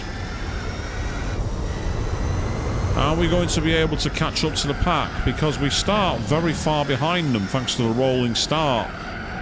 It's the one issue with this game. The rolling starts are not consistent enough. They're a bit too spread out. In motorsport, normally with a rolling start, everyone gets right next to each other. In this game, it doesn't do that. You're always like over 3 or 4 seconds behind the other cars. So we're having to catch what's known as chase the rabbit. It's quite annoying. It's been the signature dish of GT games since, well, GT2 to be honest. And right now I'm channeling a very bad online racing mode of smashing into other cars to get past them, if you know what I mean.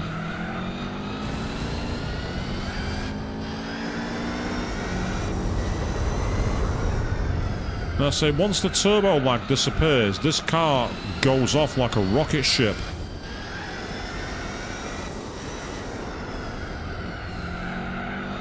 It's like going nowhere, and I've been shot out of a cannon.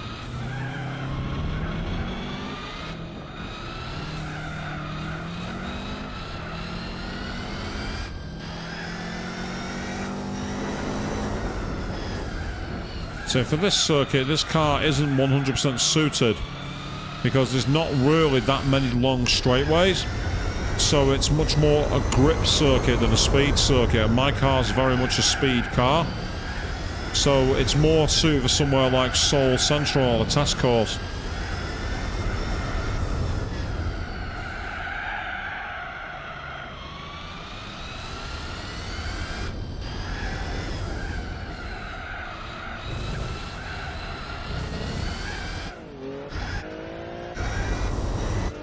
Catch up to this.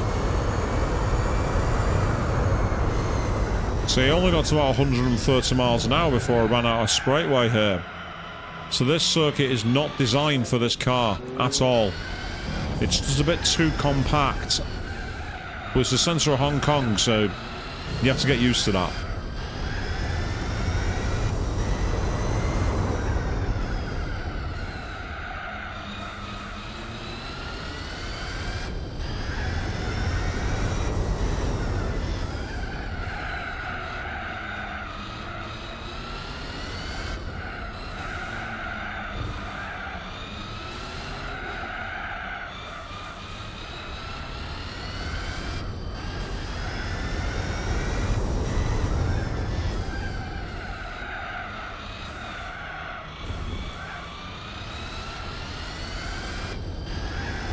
And we're still nearly 10 seconds in front, amazingly. Now we've actually got in front. We're lapping a lot faster than them.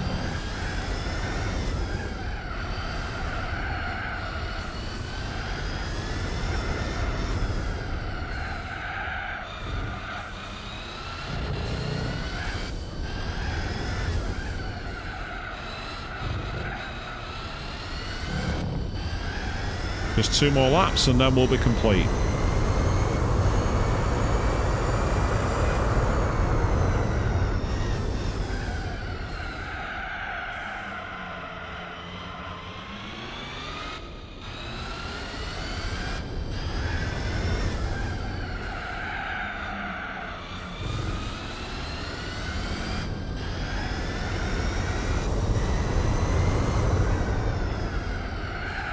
Nope, that's too deep. Bad car control, that. Nowhere near good enough.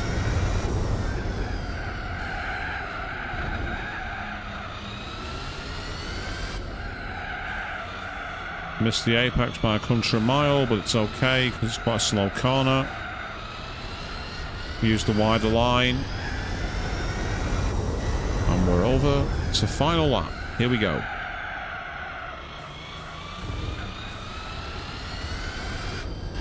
So we were 10 seconds in front. We're now 16 seconds in front. That's quite impressive.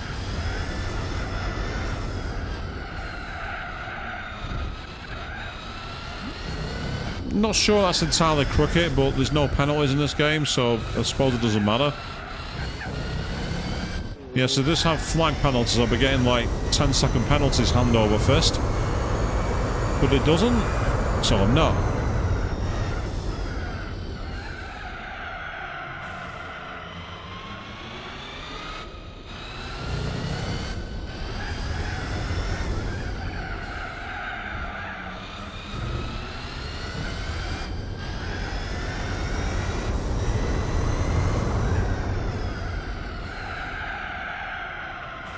Just about got away with that. Went a bit too deep then. But it's all okay because we've not got long to go now.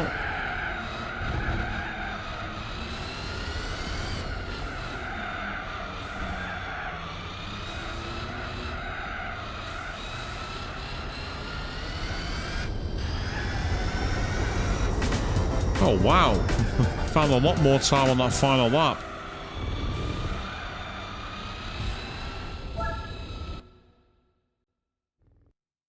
I think we've only got 2 more races because this tournament's quite a short one, I believe.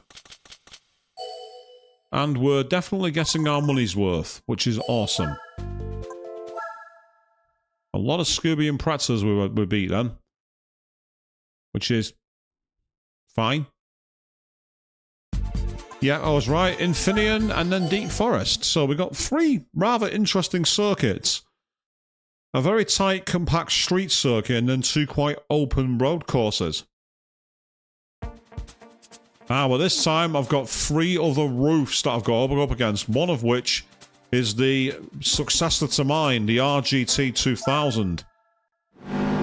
So this could be quite challenging. Let's try and see what happens next.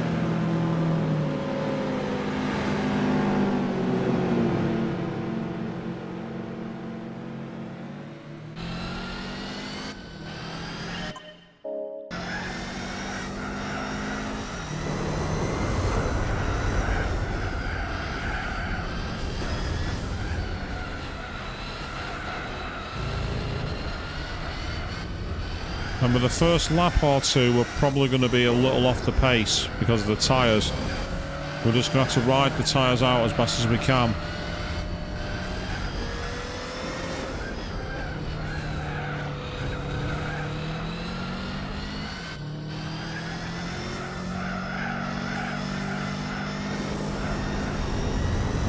There goes the Scooby Legacy. Now all that's left is get after the final roof CTR.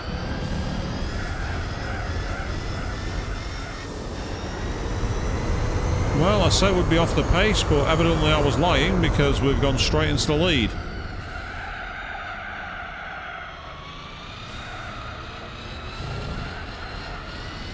As we ride the turbo lag to get us around the corner, which worked really well, surprisingly.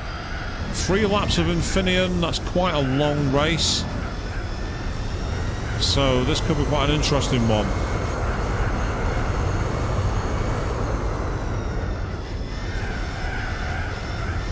Yeah, the lack of downforce there makes a big difference in that corner. That corner without downforce is not much fun.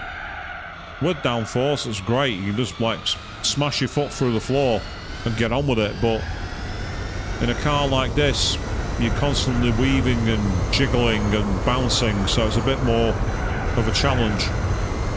Still, we're faster than the field for now, so let's keep going. Yeah, beautiful.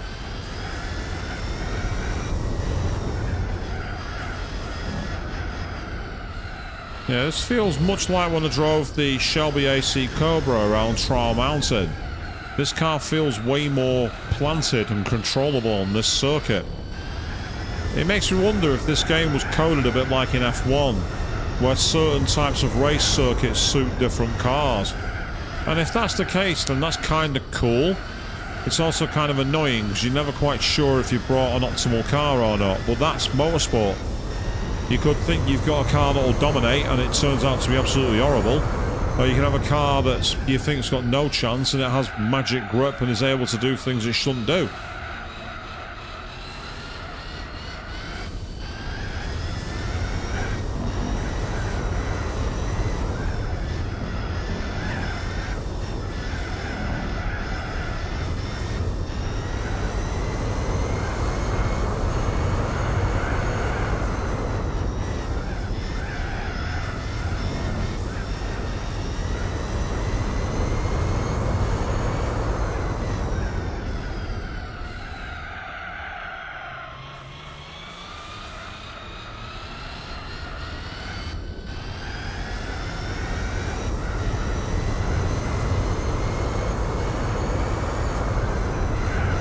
Yeah, we're on the final lap. This is good.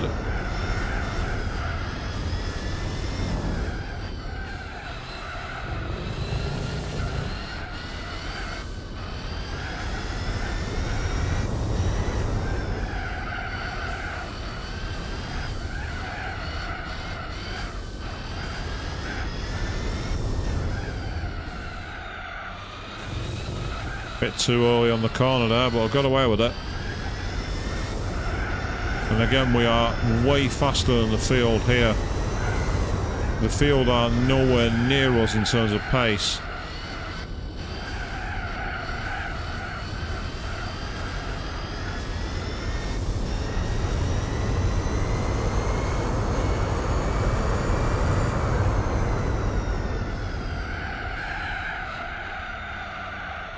Yeah, that was a little wide.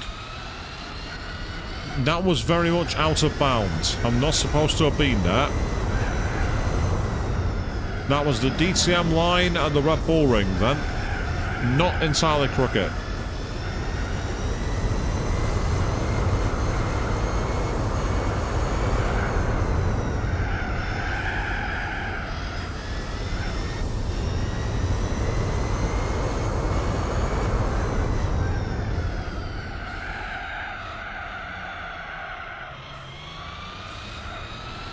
Just a wee bit of a karting line there.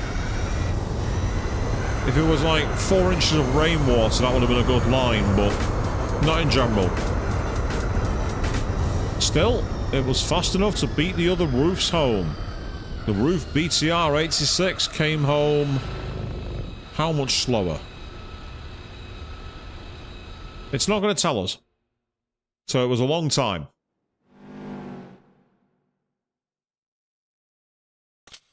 So onwards we go for the final race of the Boxer Spirit.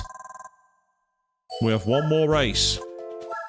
And then it's a question of, can we have a hope in the Supercar Festival? If we can't, I've got to try and find another car that can put up a fight there. But first of all, we're going to Deep Forest. Here we go. Watch me now win something like the Pagani Zonda from this. Ah, we're going backwards. I've not done this circuit backwards.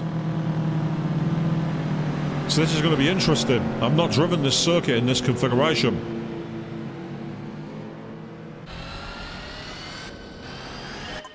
Okay, let's go.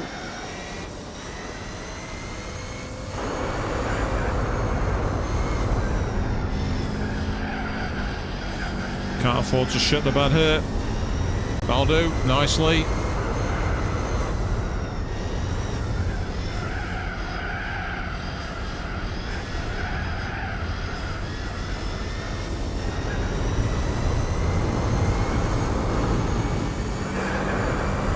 Oh!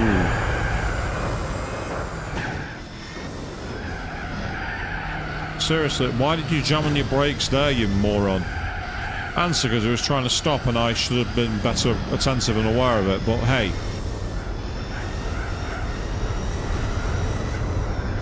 Oh, that was a wide line. I'll get away with it though, thanks to the wall.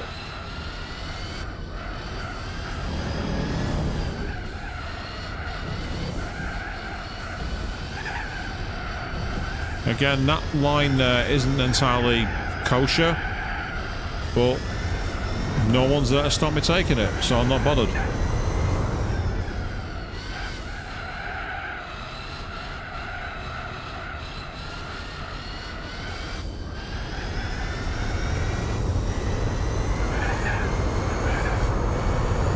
And this is home soil for the roof, because this is actually a course in Germany. Oh! Right, do you want to know why that happened, people? Because I just took off. I literally jumped.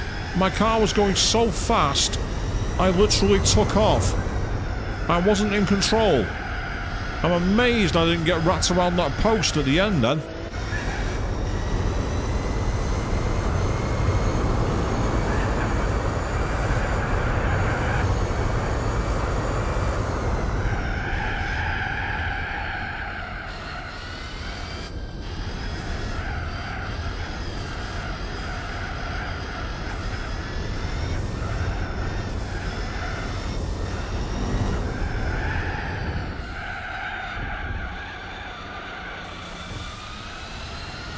But despite the massive horsepower advantage I've got, I'm not getting away from the roof CTR Yellowbird.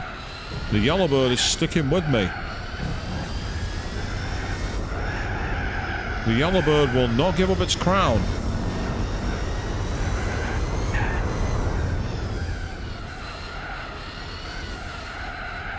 Okay, here we go. One more lap.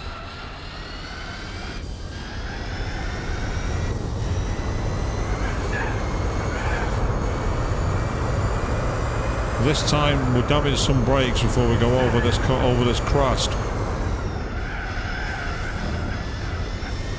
Much tighter, much better.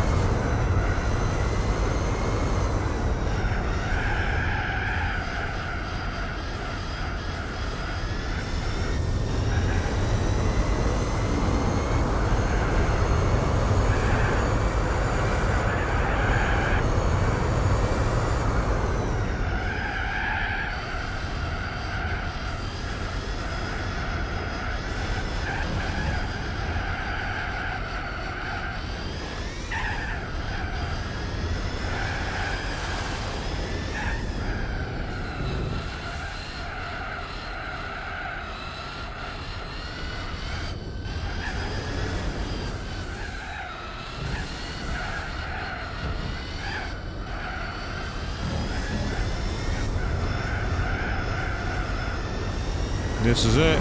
Only one corner to go.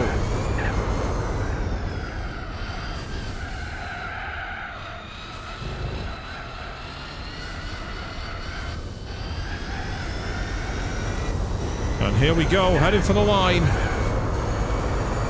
And finish. On that last lap, I went 5 seconds faster than my previous lap. Purely because of that first corner, I think.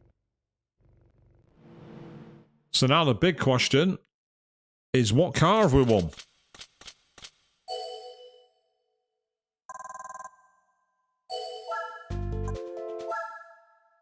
We're taking on the roof. CCR Yellowbird. Let's roll the wheel, people. Let's see what we're going to get. Here we go. It's... Haha. Haha. It's a Daihatsu Storia CX. I mean, at least it's in a nice colour, but it doesn't exactly look like an amazing car to me, that one.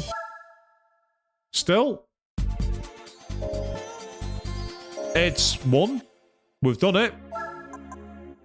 In terms of completion now, we are 20.7% through. We've not yet unlocked the endurance events, people.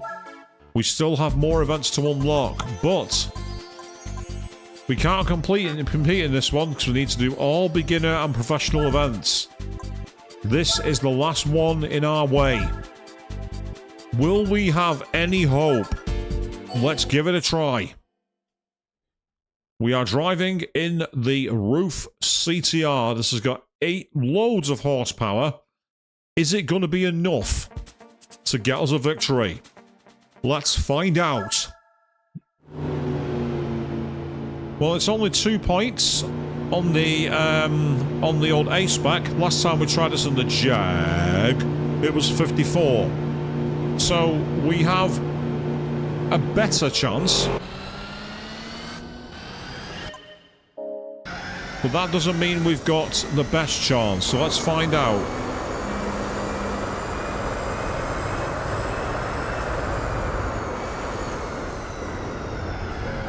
Oh, we've got a Cadillac Chean. That's not fair.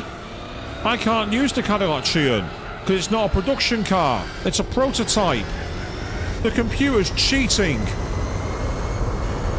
I'm not allowed to use that car. I've tried to enter that car before and it said it's not allowed because it's not a production car. Boo! Well, lucky for me, I've got a 900 horsepower four-wheel drive Porsche, which is so far keeping me in touch.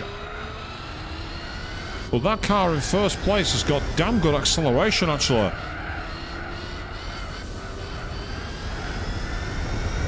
In fact, that car in first place is a real nuisance.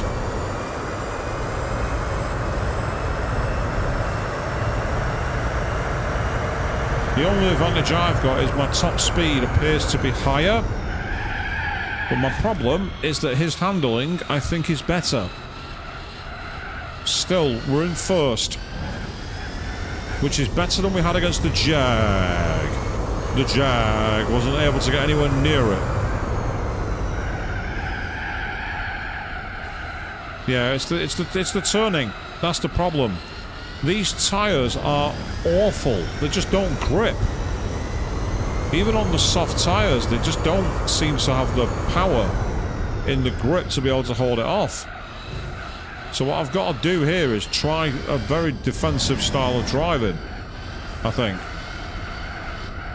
I've got to try and get clear and then use my really fast acceleration to try and pull away.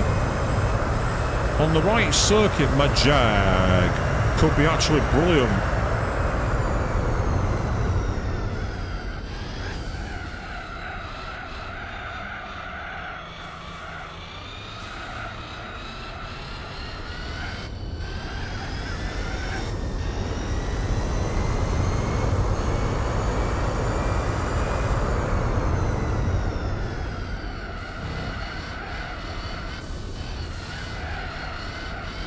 Let's say we're in the fastest cars. and we're not allowed to put racing tyres on. It seems silly. It's like being forced to ride around on a motorcycle with child stabilisers on. Why would you do it?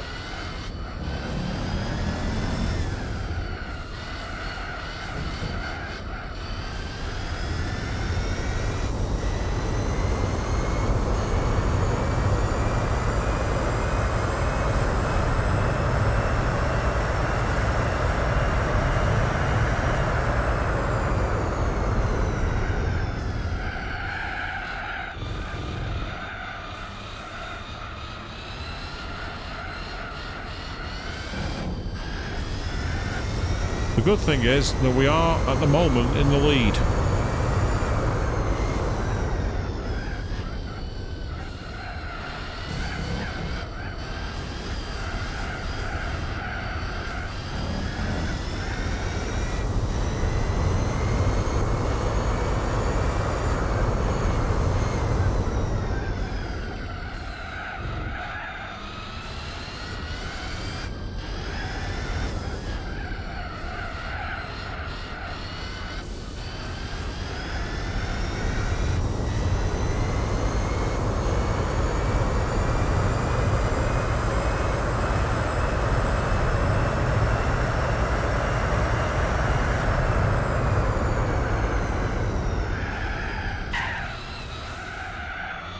Yeah, much like the AC Cobra, it just loses grip in the middle of corners. This car. It seems to have that real sense of presence about it. When I say the turbo lag is part of the problem. It seems to have major turbo lag in the first two gears, and then suddenly, boom, it kicks in.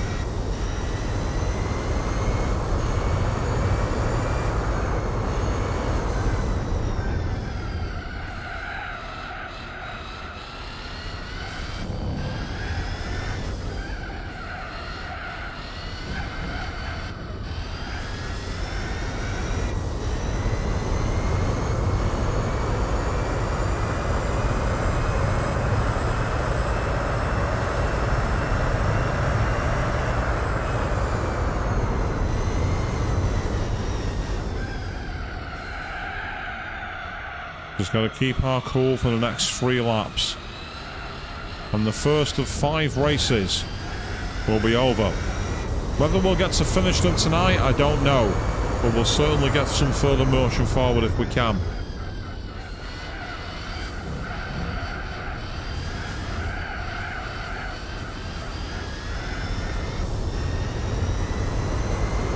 As the Roof CTR2 is doing a great job.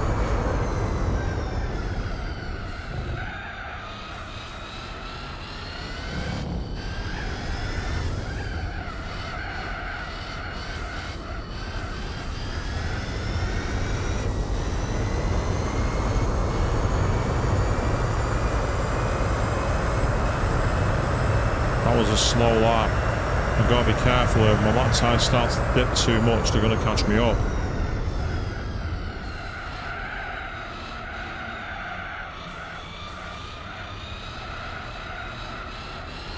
The moment my lap times are anywhere between 101 and 103, they'll catch me up. So I've got to be really careful that I don't get too far off the pace.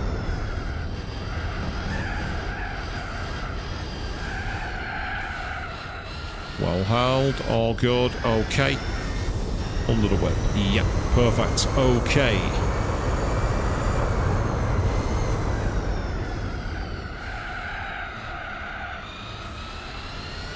Yeah, not the best line, but I'll take it. Gave myself a little extra pace through that corner.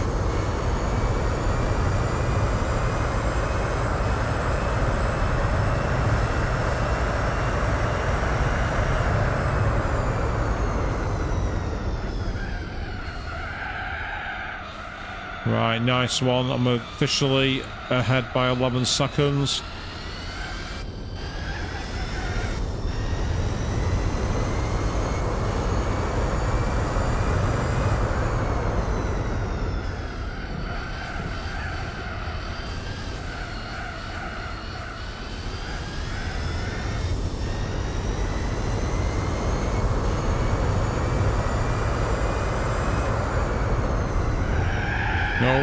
That was rubbish. Got on the brakes way too late then.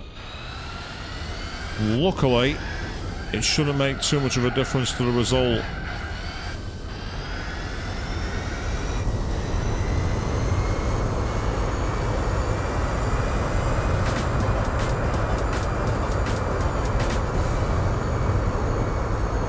Yeah, it was the Tomikira ZZ2, which was the one in second place.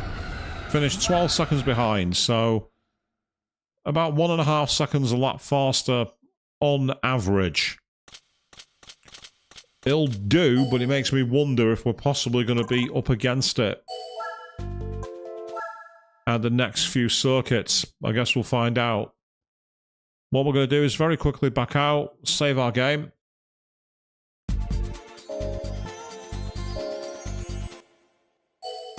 Yay, we've now got Autumn Ring in there as well. We've unlocked Autumn Ring.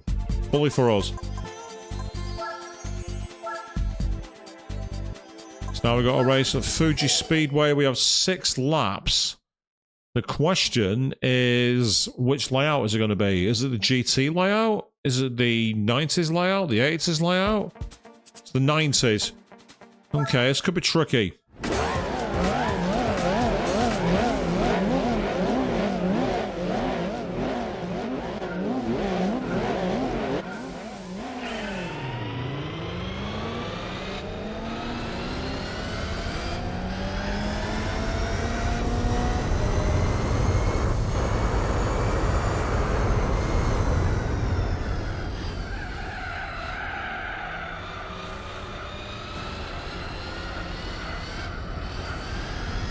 Yeah, having drove around on the medium tyres, the softs make a big difference.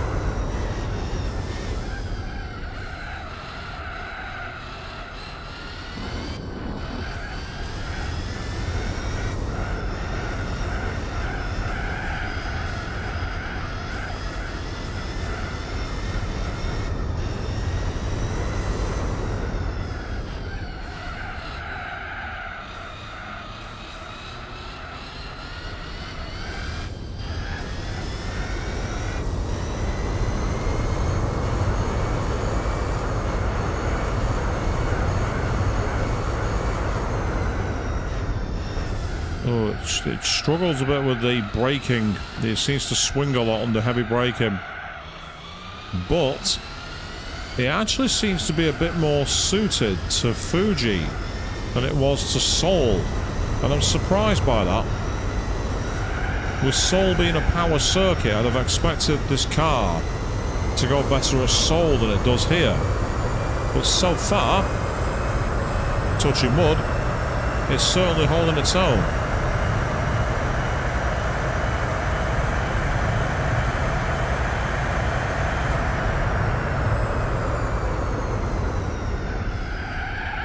Yeah, I need to stop at 200 meters. I need to stop before 200 meters. It does not like that heavy braking zone. It really doesn't like it. The only downside to this car is its braking is absolutely horse shit. Its braking is very sloppy. It's a straight line rocket. I'll give it that. But it's the kind of car where you'd need a parachute, an air brake, and a lump of concrete to be able to get enough power on the brakes to stop it.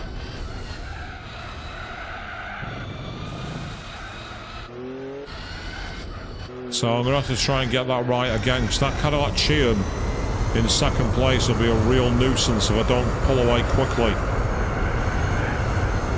Now, I can cheat by just doing this.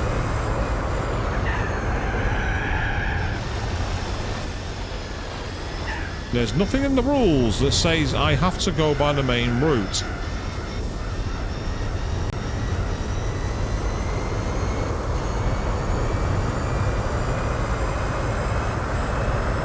So there's nothing in the rules that says you have to stick to the circuit. Right, I think I'm going to have to start braking about here-ish.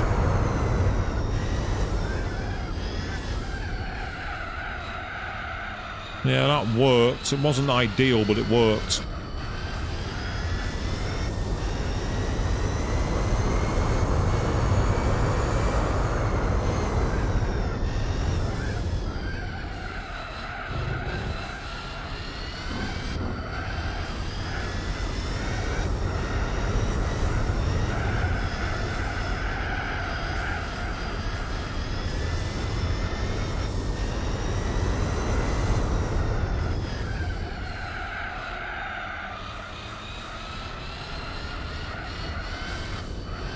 This time I'm going to take the chicane properly.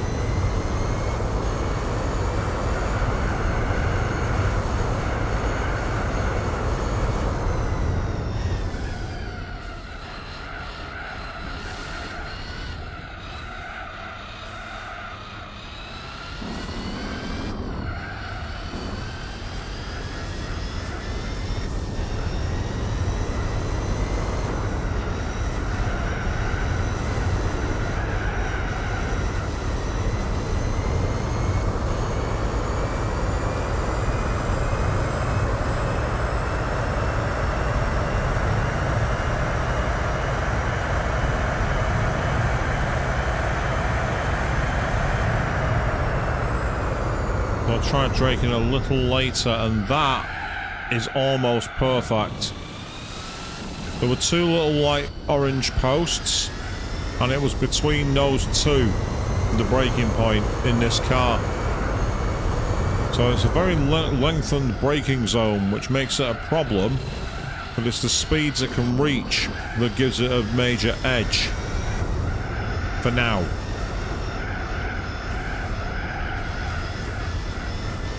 Yeah, I don't think we're going to get to finish these tonight, but we'll be able to do at least one more race, I think.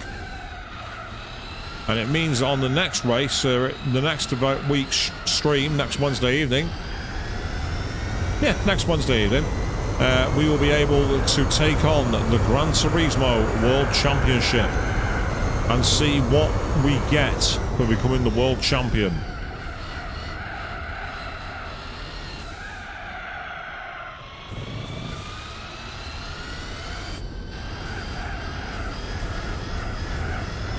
It's that Cadillac Chian is way out in front of third place, and it shouldn't even be in this race because it's an illegal car.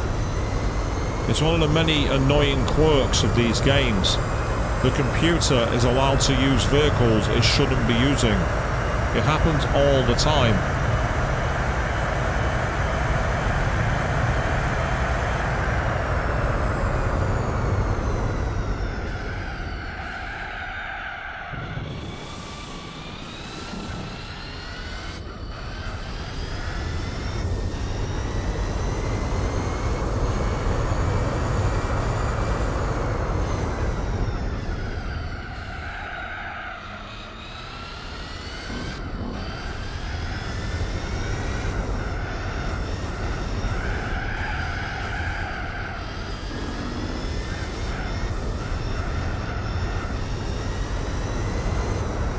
We're going to go for a new speed record. We're going to go through the chicane, and we're going to see just how fast we can go.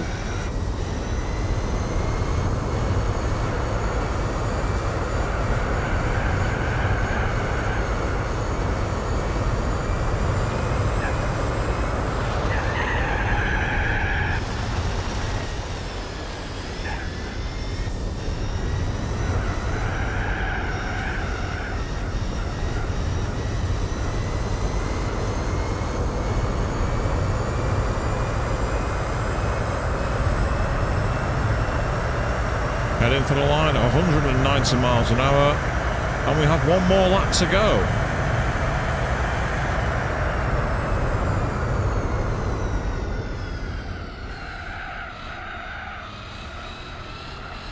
And that time we got it perfect.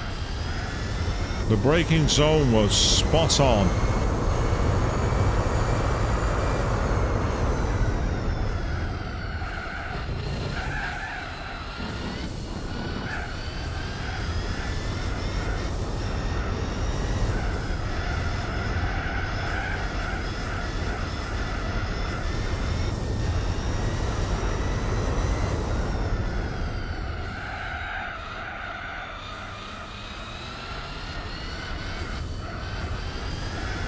And we're going to do it one more time. We're going to go through the chicane.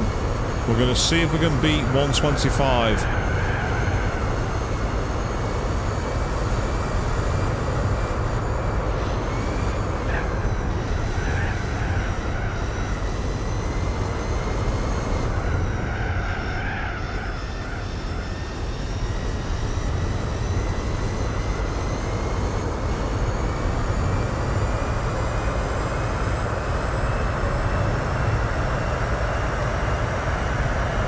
124. Very nice. Very fast. So the races are taking quite a long time in this event. They're not quick races, these ones. But with another 15,000 credits in the kitty, all is going well. Not bad at all.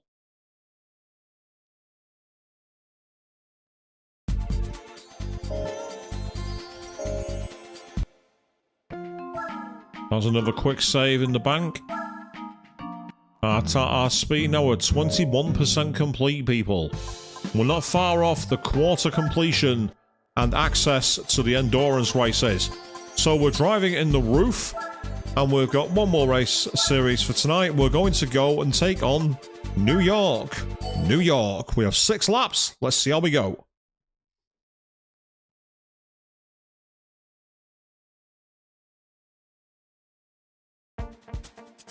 Oh, the Ford GT is in this. The Pagani Zonda is in this. This is going to be quite a tricky race. Yet the system's saying it won't be because we've got barely any A-SPAC points. Let's see just how fast we are. That's our car, the Roof CTR2 from 1996.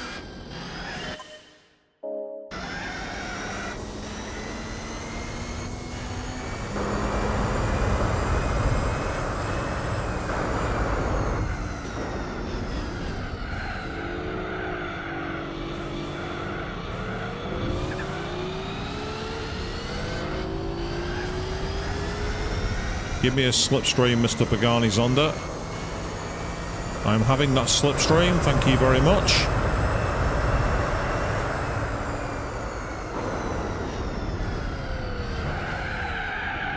Wow.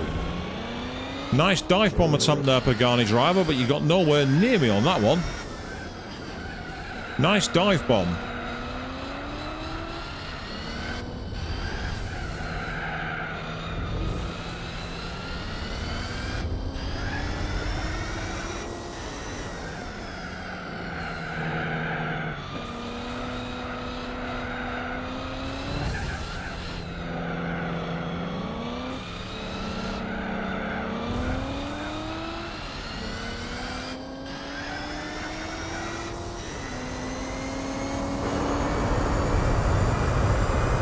Well, the Americans thought they could beat the Germans.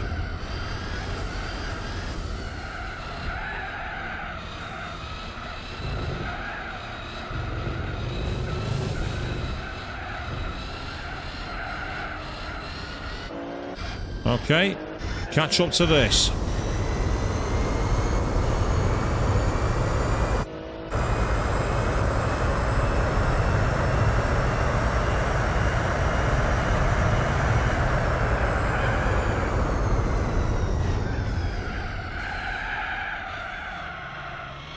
See, by hitting 200 miles an hour on this circuit, we have to be on the brakes a lot earlier than they do, because our top speed is so much higher.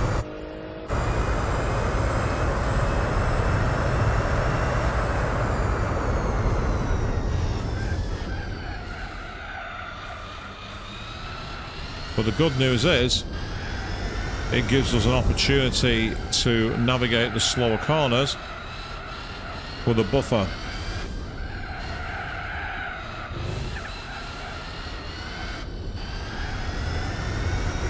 And that's pretty important. We want to be in a car which gives us control and pace.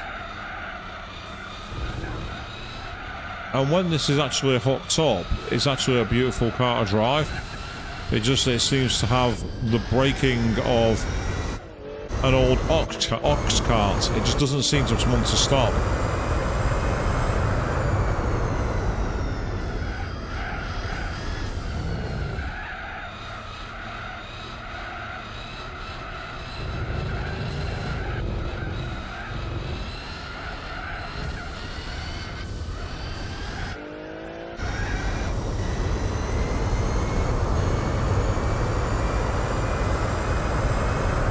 say, once the power's down, this car goes, and it goes like the absolute stinkers, they'd say.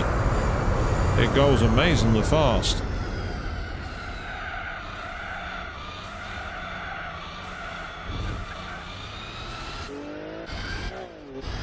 And we're currently averaging around about 3 seconds a lap faster than the field.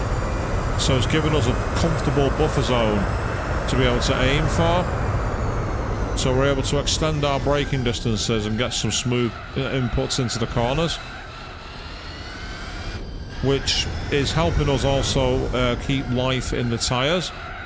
Because the less energy we have to put through the tyre by sliding, the less worn they're going to be. So tyre wear is critical in these events.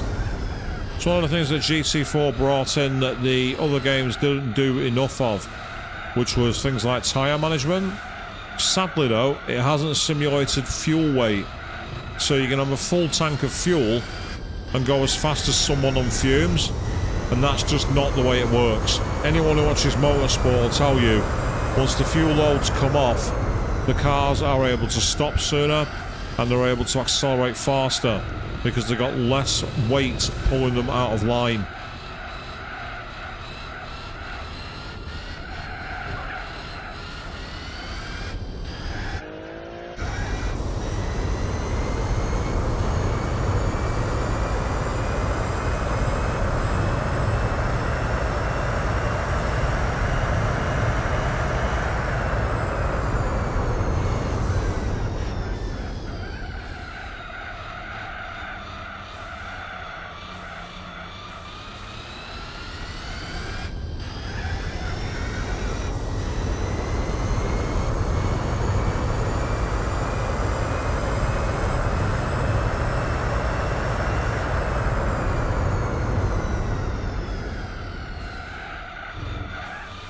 Oh, perfectly judged.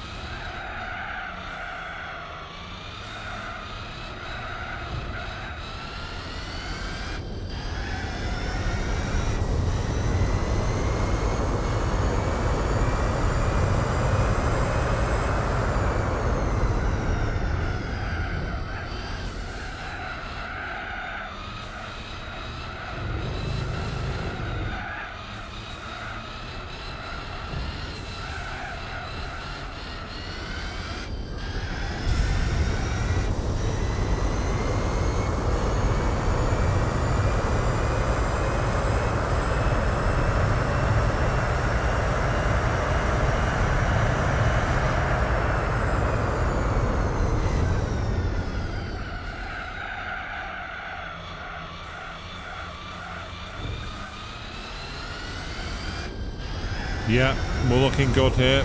We're at 18 seconds in front now, so we're quite far ahead.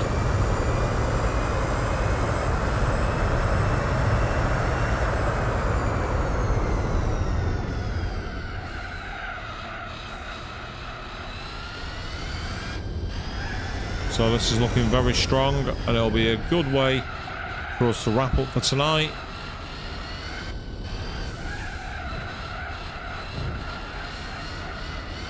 As the roof CTR has got the power it needs.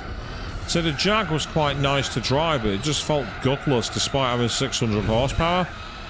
Evidently this car had more than enough power to cope with the issue of, how shall we put it, not having the grip. We've got one more lap to go yet, so let's get the lap finished before we start popping the champagne corks. You don't want to be that guy who celebrates too soon. I've done that before. I've had egg on my face as a result.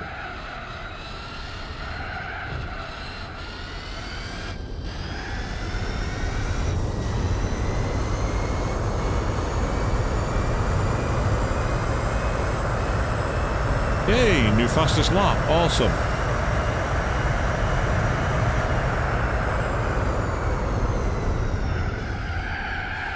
Nope.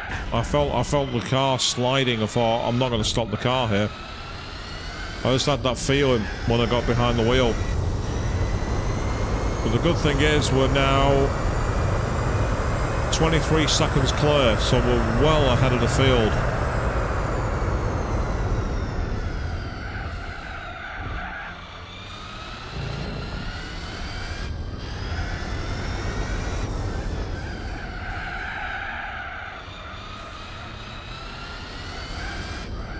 So this is very much our victory lap.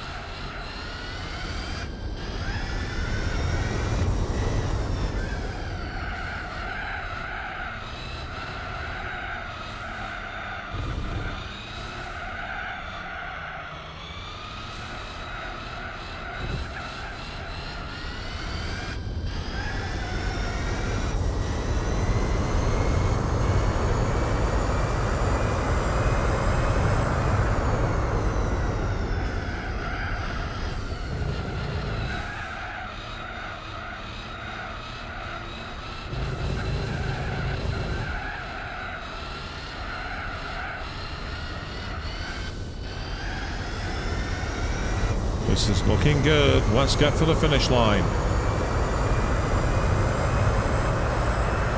Yay! I'll do nicely.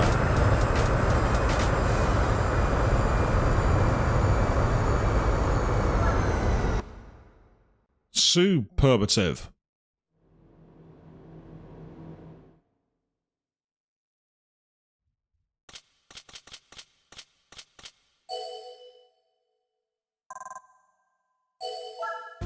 So I am actually tempted to see this through because another 20 to 25 minutes is slightly over time. But it would mean the tournament is done. We've got midfield and Infinium. Let's do a quick save of our game.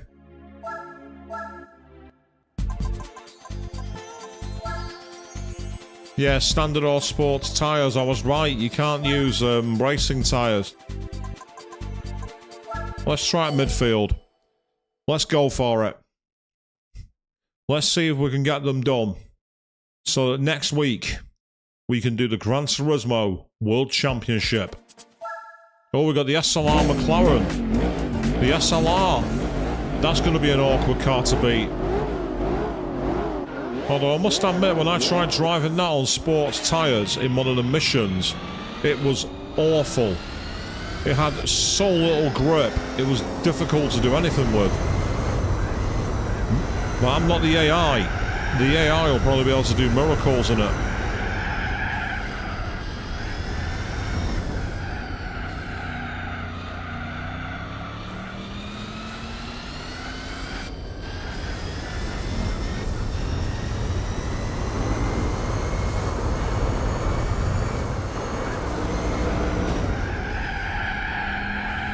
Yeah, he tapped me on the way round and sent me around.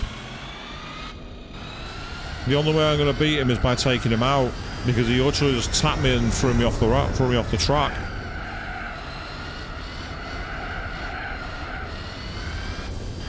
This is the problem with these kind of cars. The AI have power that they shouldn't have.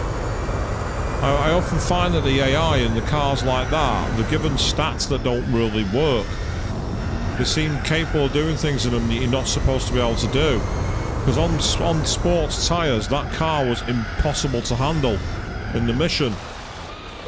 Also, it doesn't help that the cars seem to get bogged down in ways they shouldn't get bogged down at times. Yeah, I'm not winning this race. I'm not winning this championship.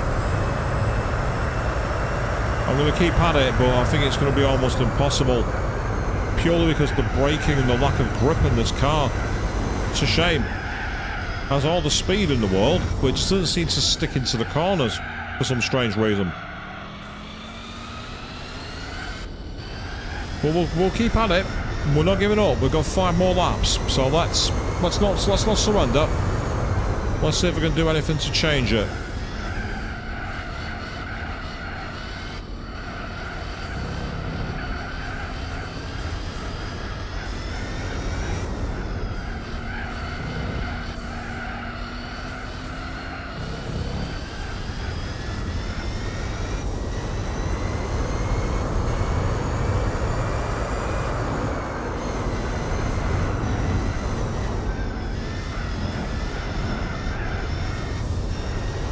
So I don't understand why they do a car which is about celebrating the ultimate supercars and then force them to use crap tyres. It makes no sense. We should be able to unleash these babies, get our best tyres on. The best grip we've got. That's how it should be. Right, the question is, can I get past and stay past?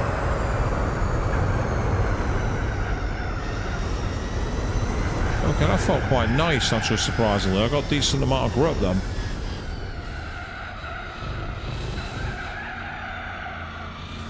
Alright, okay. Let's keep going. I can hear his engine, but I've got to not be intimidated by it. You might have a rampant Mercedes engine under there, but I've got a Porsche. It's the battle of the Germans. They've got a British racing marquee. We've got a British driver.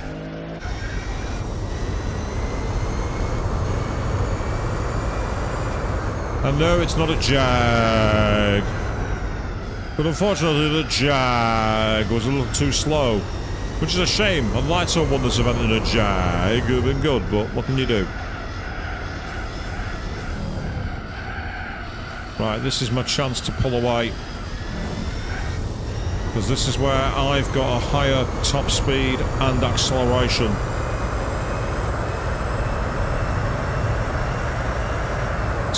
More like a drag. It wasn't the first race I tried to use it, and to be fair, it was a bit of a drag. Seeing it getting dominated like that made me feel a bit tearful.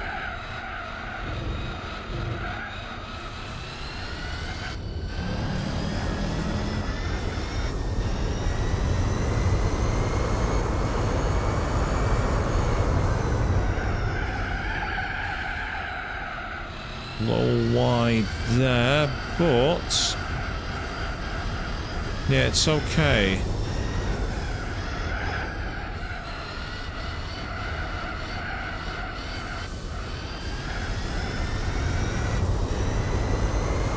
Because we've actually been quite lucky in our car drops. We've had some decent machines. We've had some clunkers, but nothing really bad.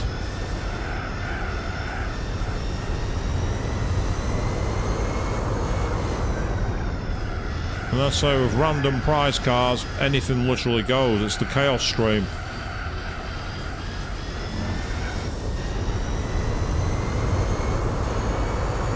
But yeah, the SLR is going way faster than it should be. In the hands of the computer, it handles unlike any other car of its kind. Because it's designed for racing tyres, it's not designed for sports tyres. And to be fair, so's this roof. This roof is designed for racing tyres, and even with the corner being cambered in there, it didn't actually get much grip in the bend. It's a bit of a weird... It feels like a strange course at times, this one. It's not quite to its potential, at least in this version. I know that in Gran Turismo 6 it was updated, somehow. I don't quite know what was changed about it. It'd be interesting to find out one day. But for that, I need a PlayStation 3, and that's not on the cards anytime soon. I don't want one.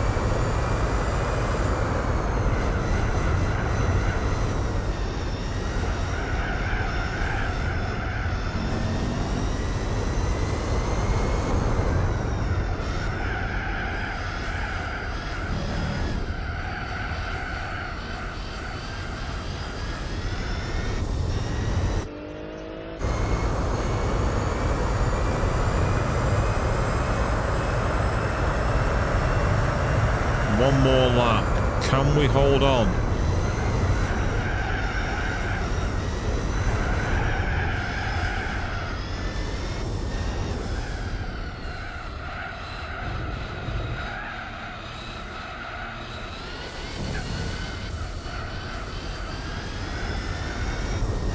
Because if we can beat this race, we can try and do the final race to find out what our car is going to be and set up so that next week we can take on the Gran Turismo World Championship and find out what special car awaits us if we can win the championship and become the legend. Last time we got the Ford GT Mark II, a special race car that was the cover car. Will it be anything like that, or will it be something far, far worse? We're only going to know if we can unlock it. So this is what we got to do. One more corner. And this is it. I thought I wasn't going to be able to do it. I didn't think I'd make it. But we are here. Over the line. And first place. I said that SLR McLaren was way harder. If you look at the time for the Ford GT, a further 7 seconds back. So the Roof CTR2, not exactly what you'd think of for a supercar, but it's held its own here. We've made it. There's one more race to go. And even though I'm in the office tomorrow, we're going to finish it. We're going to put this to bed. We're going to find out what car waits behind this tournament so that we can prepare for the Gran Turismo World Championship. There we go. So we have one more race.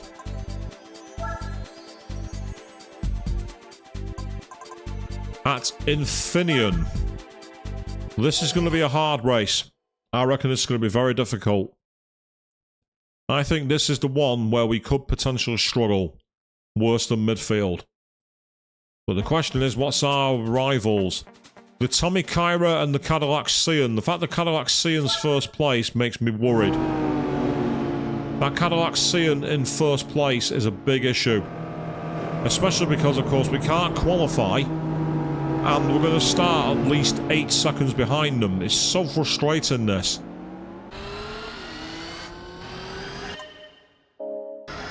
Because you see, we're 4 seconds behind over the line, but we've not got the cars in the way either, so we have this awkward buffer zone. Oh no, you don't. Back behind me. Get thee behind me, Satan.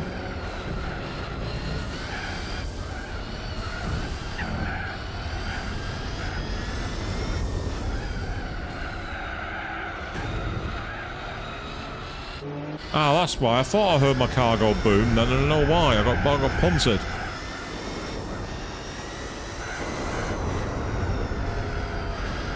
Sorry, dude. That wasn't intentional.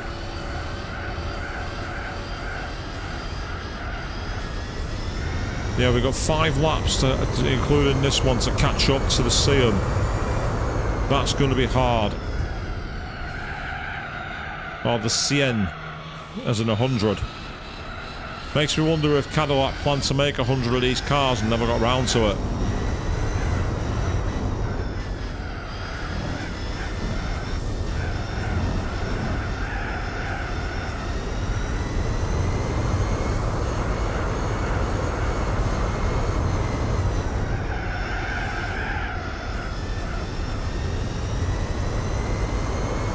Okay, well, this is not ideal.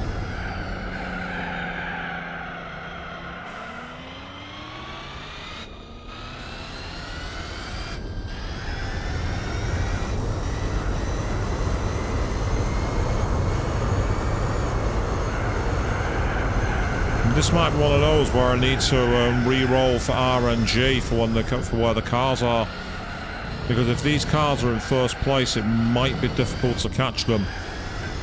But we're going to keep trying, because we had this issue with the SLR McLaren, and then we got by him. So let's not write ourselves off just yet. It's still early in the race. That wasn't ideal. Didn't get a good line then.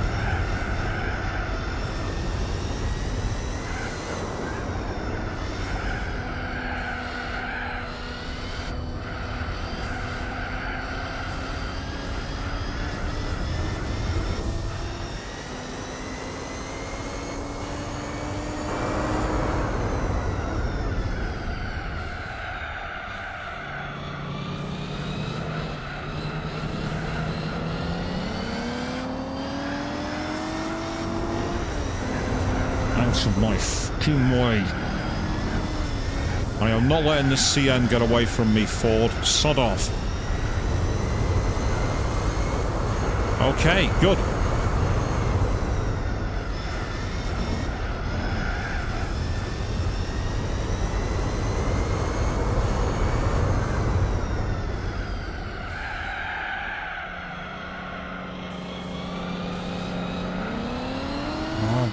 Move.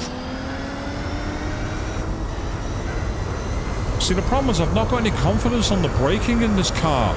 It either has all the grip or none. I can't predict it. This is part of the problem. The car just feels very strange to brake. And again, it's because you can't change the bleeding tyres. This particular race should be a celebration of the supercar. And it feels like an absolute chore because the tyres are so fucking bad. The sports tyres in this game are awful. Unless you've got racing tyres, all you do is slip and slide. Listen to that.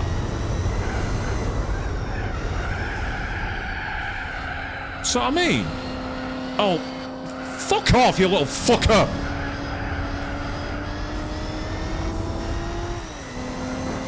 Fuck off! I said, fuck off! I'm not having that. He keeps on fucking kicking me off the circuit. I'm re-rolling. I'm going to re-roll the event. I'm not having the CN in first place. It shouldn't even be in this tournament because it's an illegal car. It shouldn't even be here. It's not a production car. It's not allowed.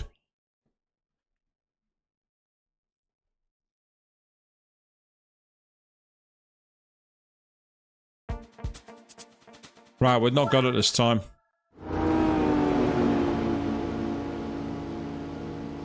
We do have the W Nardo, and we also have Pagani, so I still get the feeling this won't be easy, but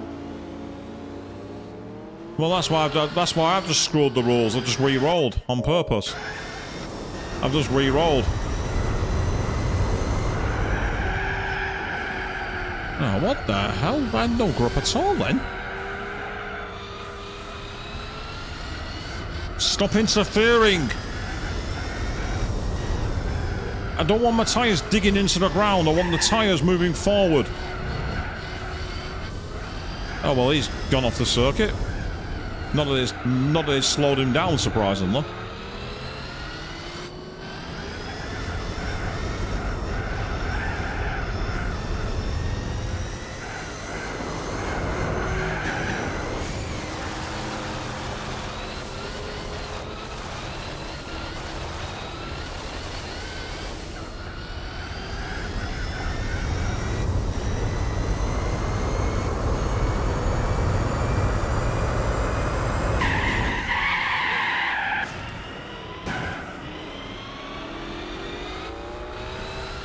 Yeah, screw the rules. I can screw the rules too. Sod off. You're not going to give me a fair chance and give me decent grip in the tyres? I'm going to ram you off the road. Simple as that. Okay. Let's go after these guys.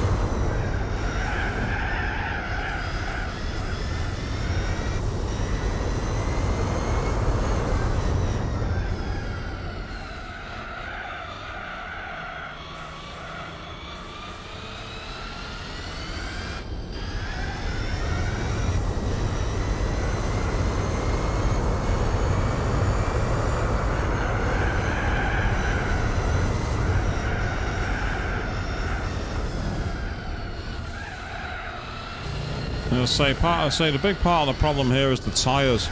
There's just no grip in them at all. But we are catching these guys, so that's good. So that's better. Okay.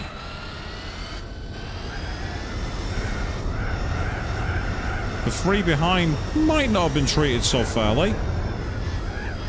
But as these two continue to duel, come on, plant the power. Come on.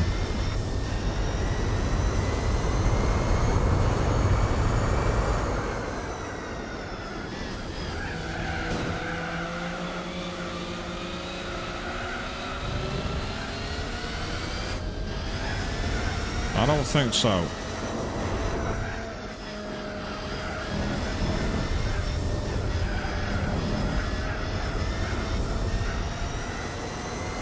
Here we go. I'm looking forward to never having to do this race again, so I don't have to worry about the tyres. That was a stupid place to attempt an overtake. What was that about? It's so far wide the circuit he just went then. He went nowhere near me. What was that about? Okay, now we have a chance to try and control the pace.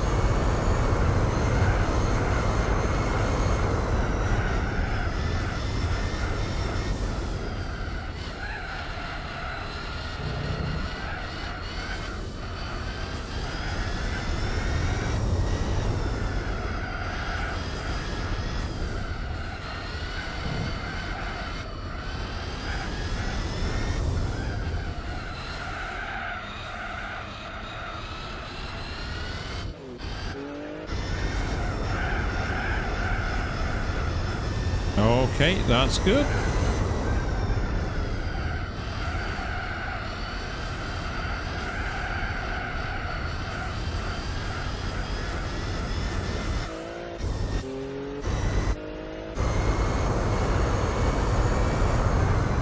Okay, that's good.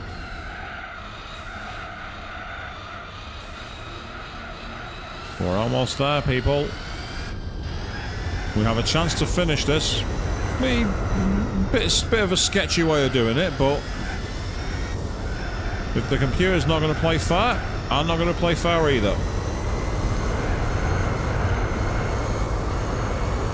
Give yourselves an unfair start, rolling start that puts you 10 seconds ahead of the player. Use cars that aren't legal because they're not production cars. You're going to do that? I will happily change the rules as well. So I'm pretty sure that VW Nardo is also not a production car. So that shouldn't be in here either. It's a prototype.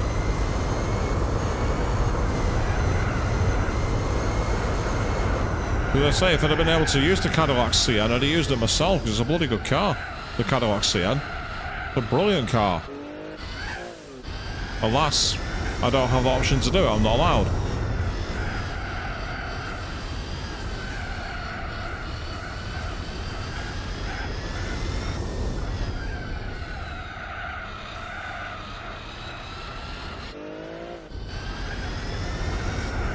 The annoying thing is I can't break away from this guy.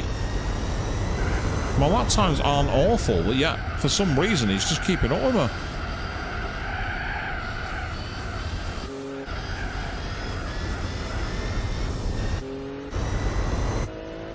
Well, if he tries to pass me, I'm going to put him into the sand. I am not losing this race.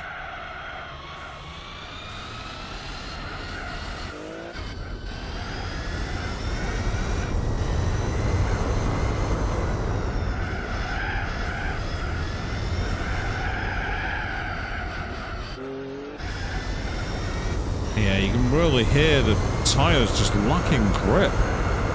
It's as if something's interfering. It's like, stop interfering.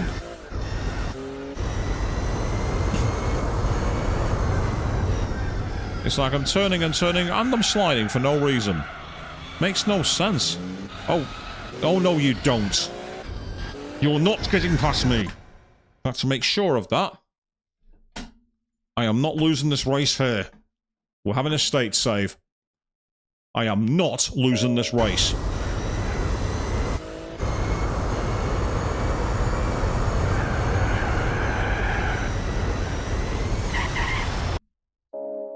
Told ya.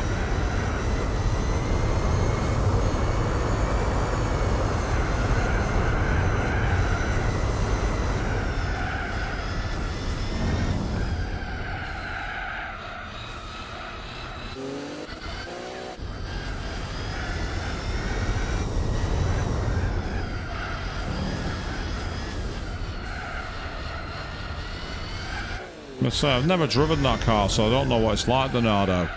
But I don't remember it driving like that. But again, from what I've seen, the footage online of it, it doesn't go anywhere near that fast. But again, I'm not the computer. often the AI has like a racing line which is scripted, and it often does things that the car simply can't do.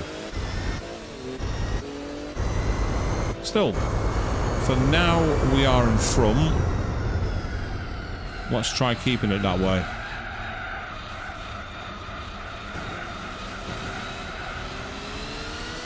Oh, really? You're going to try and use me as a brake, are you? Fine. Into the fucking moor with you.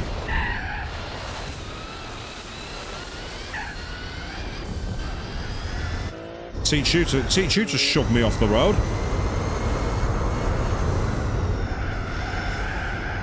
You're going to try and shove me off the road? I'll do that right back to you, pal. This isn't an online open lobby.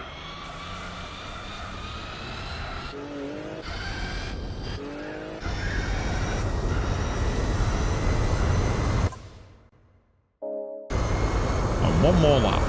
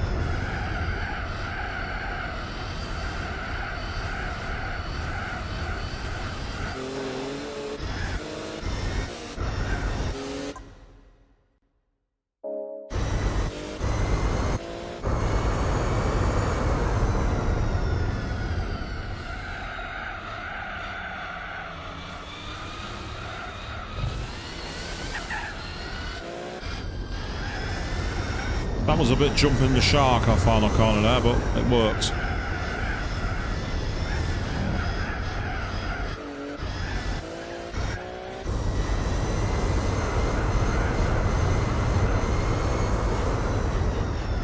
Let's say I hate that this event uses such rubbish tyres.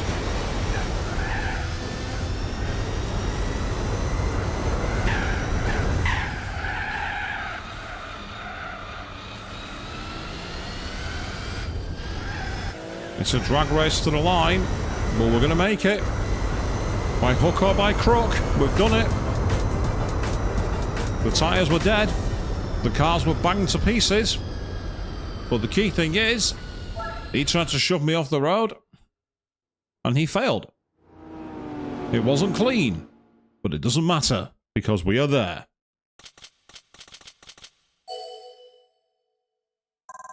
Thank you. I'll take the 15,000 credits. So now, for the final time tonight, let's spin the wheel and see what we get.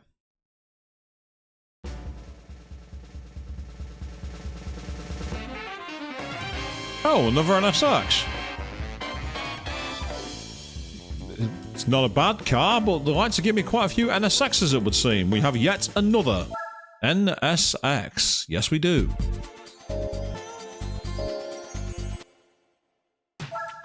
So if we save our game, we'll quickly see our percentage. We're 21.5% complete. And if we try to get into the Gran Turismo World Championship, as you can see, it is there. So, we have unlocked it. Not 100% fair, but we've unlocked it anyway. So next Wednesday evening at 8 PM BST, we will be picking this up as we take on the Gran Turismo World Championship. So until then, on Friday evening, 8 PM BST, we'll be back for more Final Fantasy X-2, and on Sunday evening at 8 PM BST, we'll be playing more Shin Megami Tensei 5 Vengeance. Until then, thank you all very, very much for watching. A nice try, VW, but I'm better at bumper cars than you.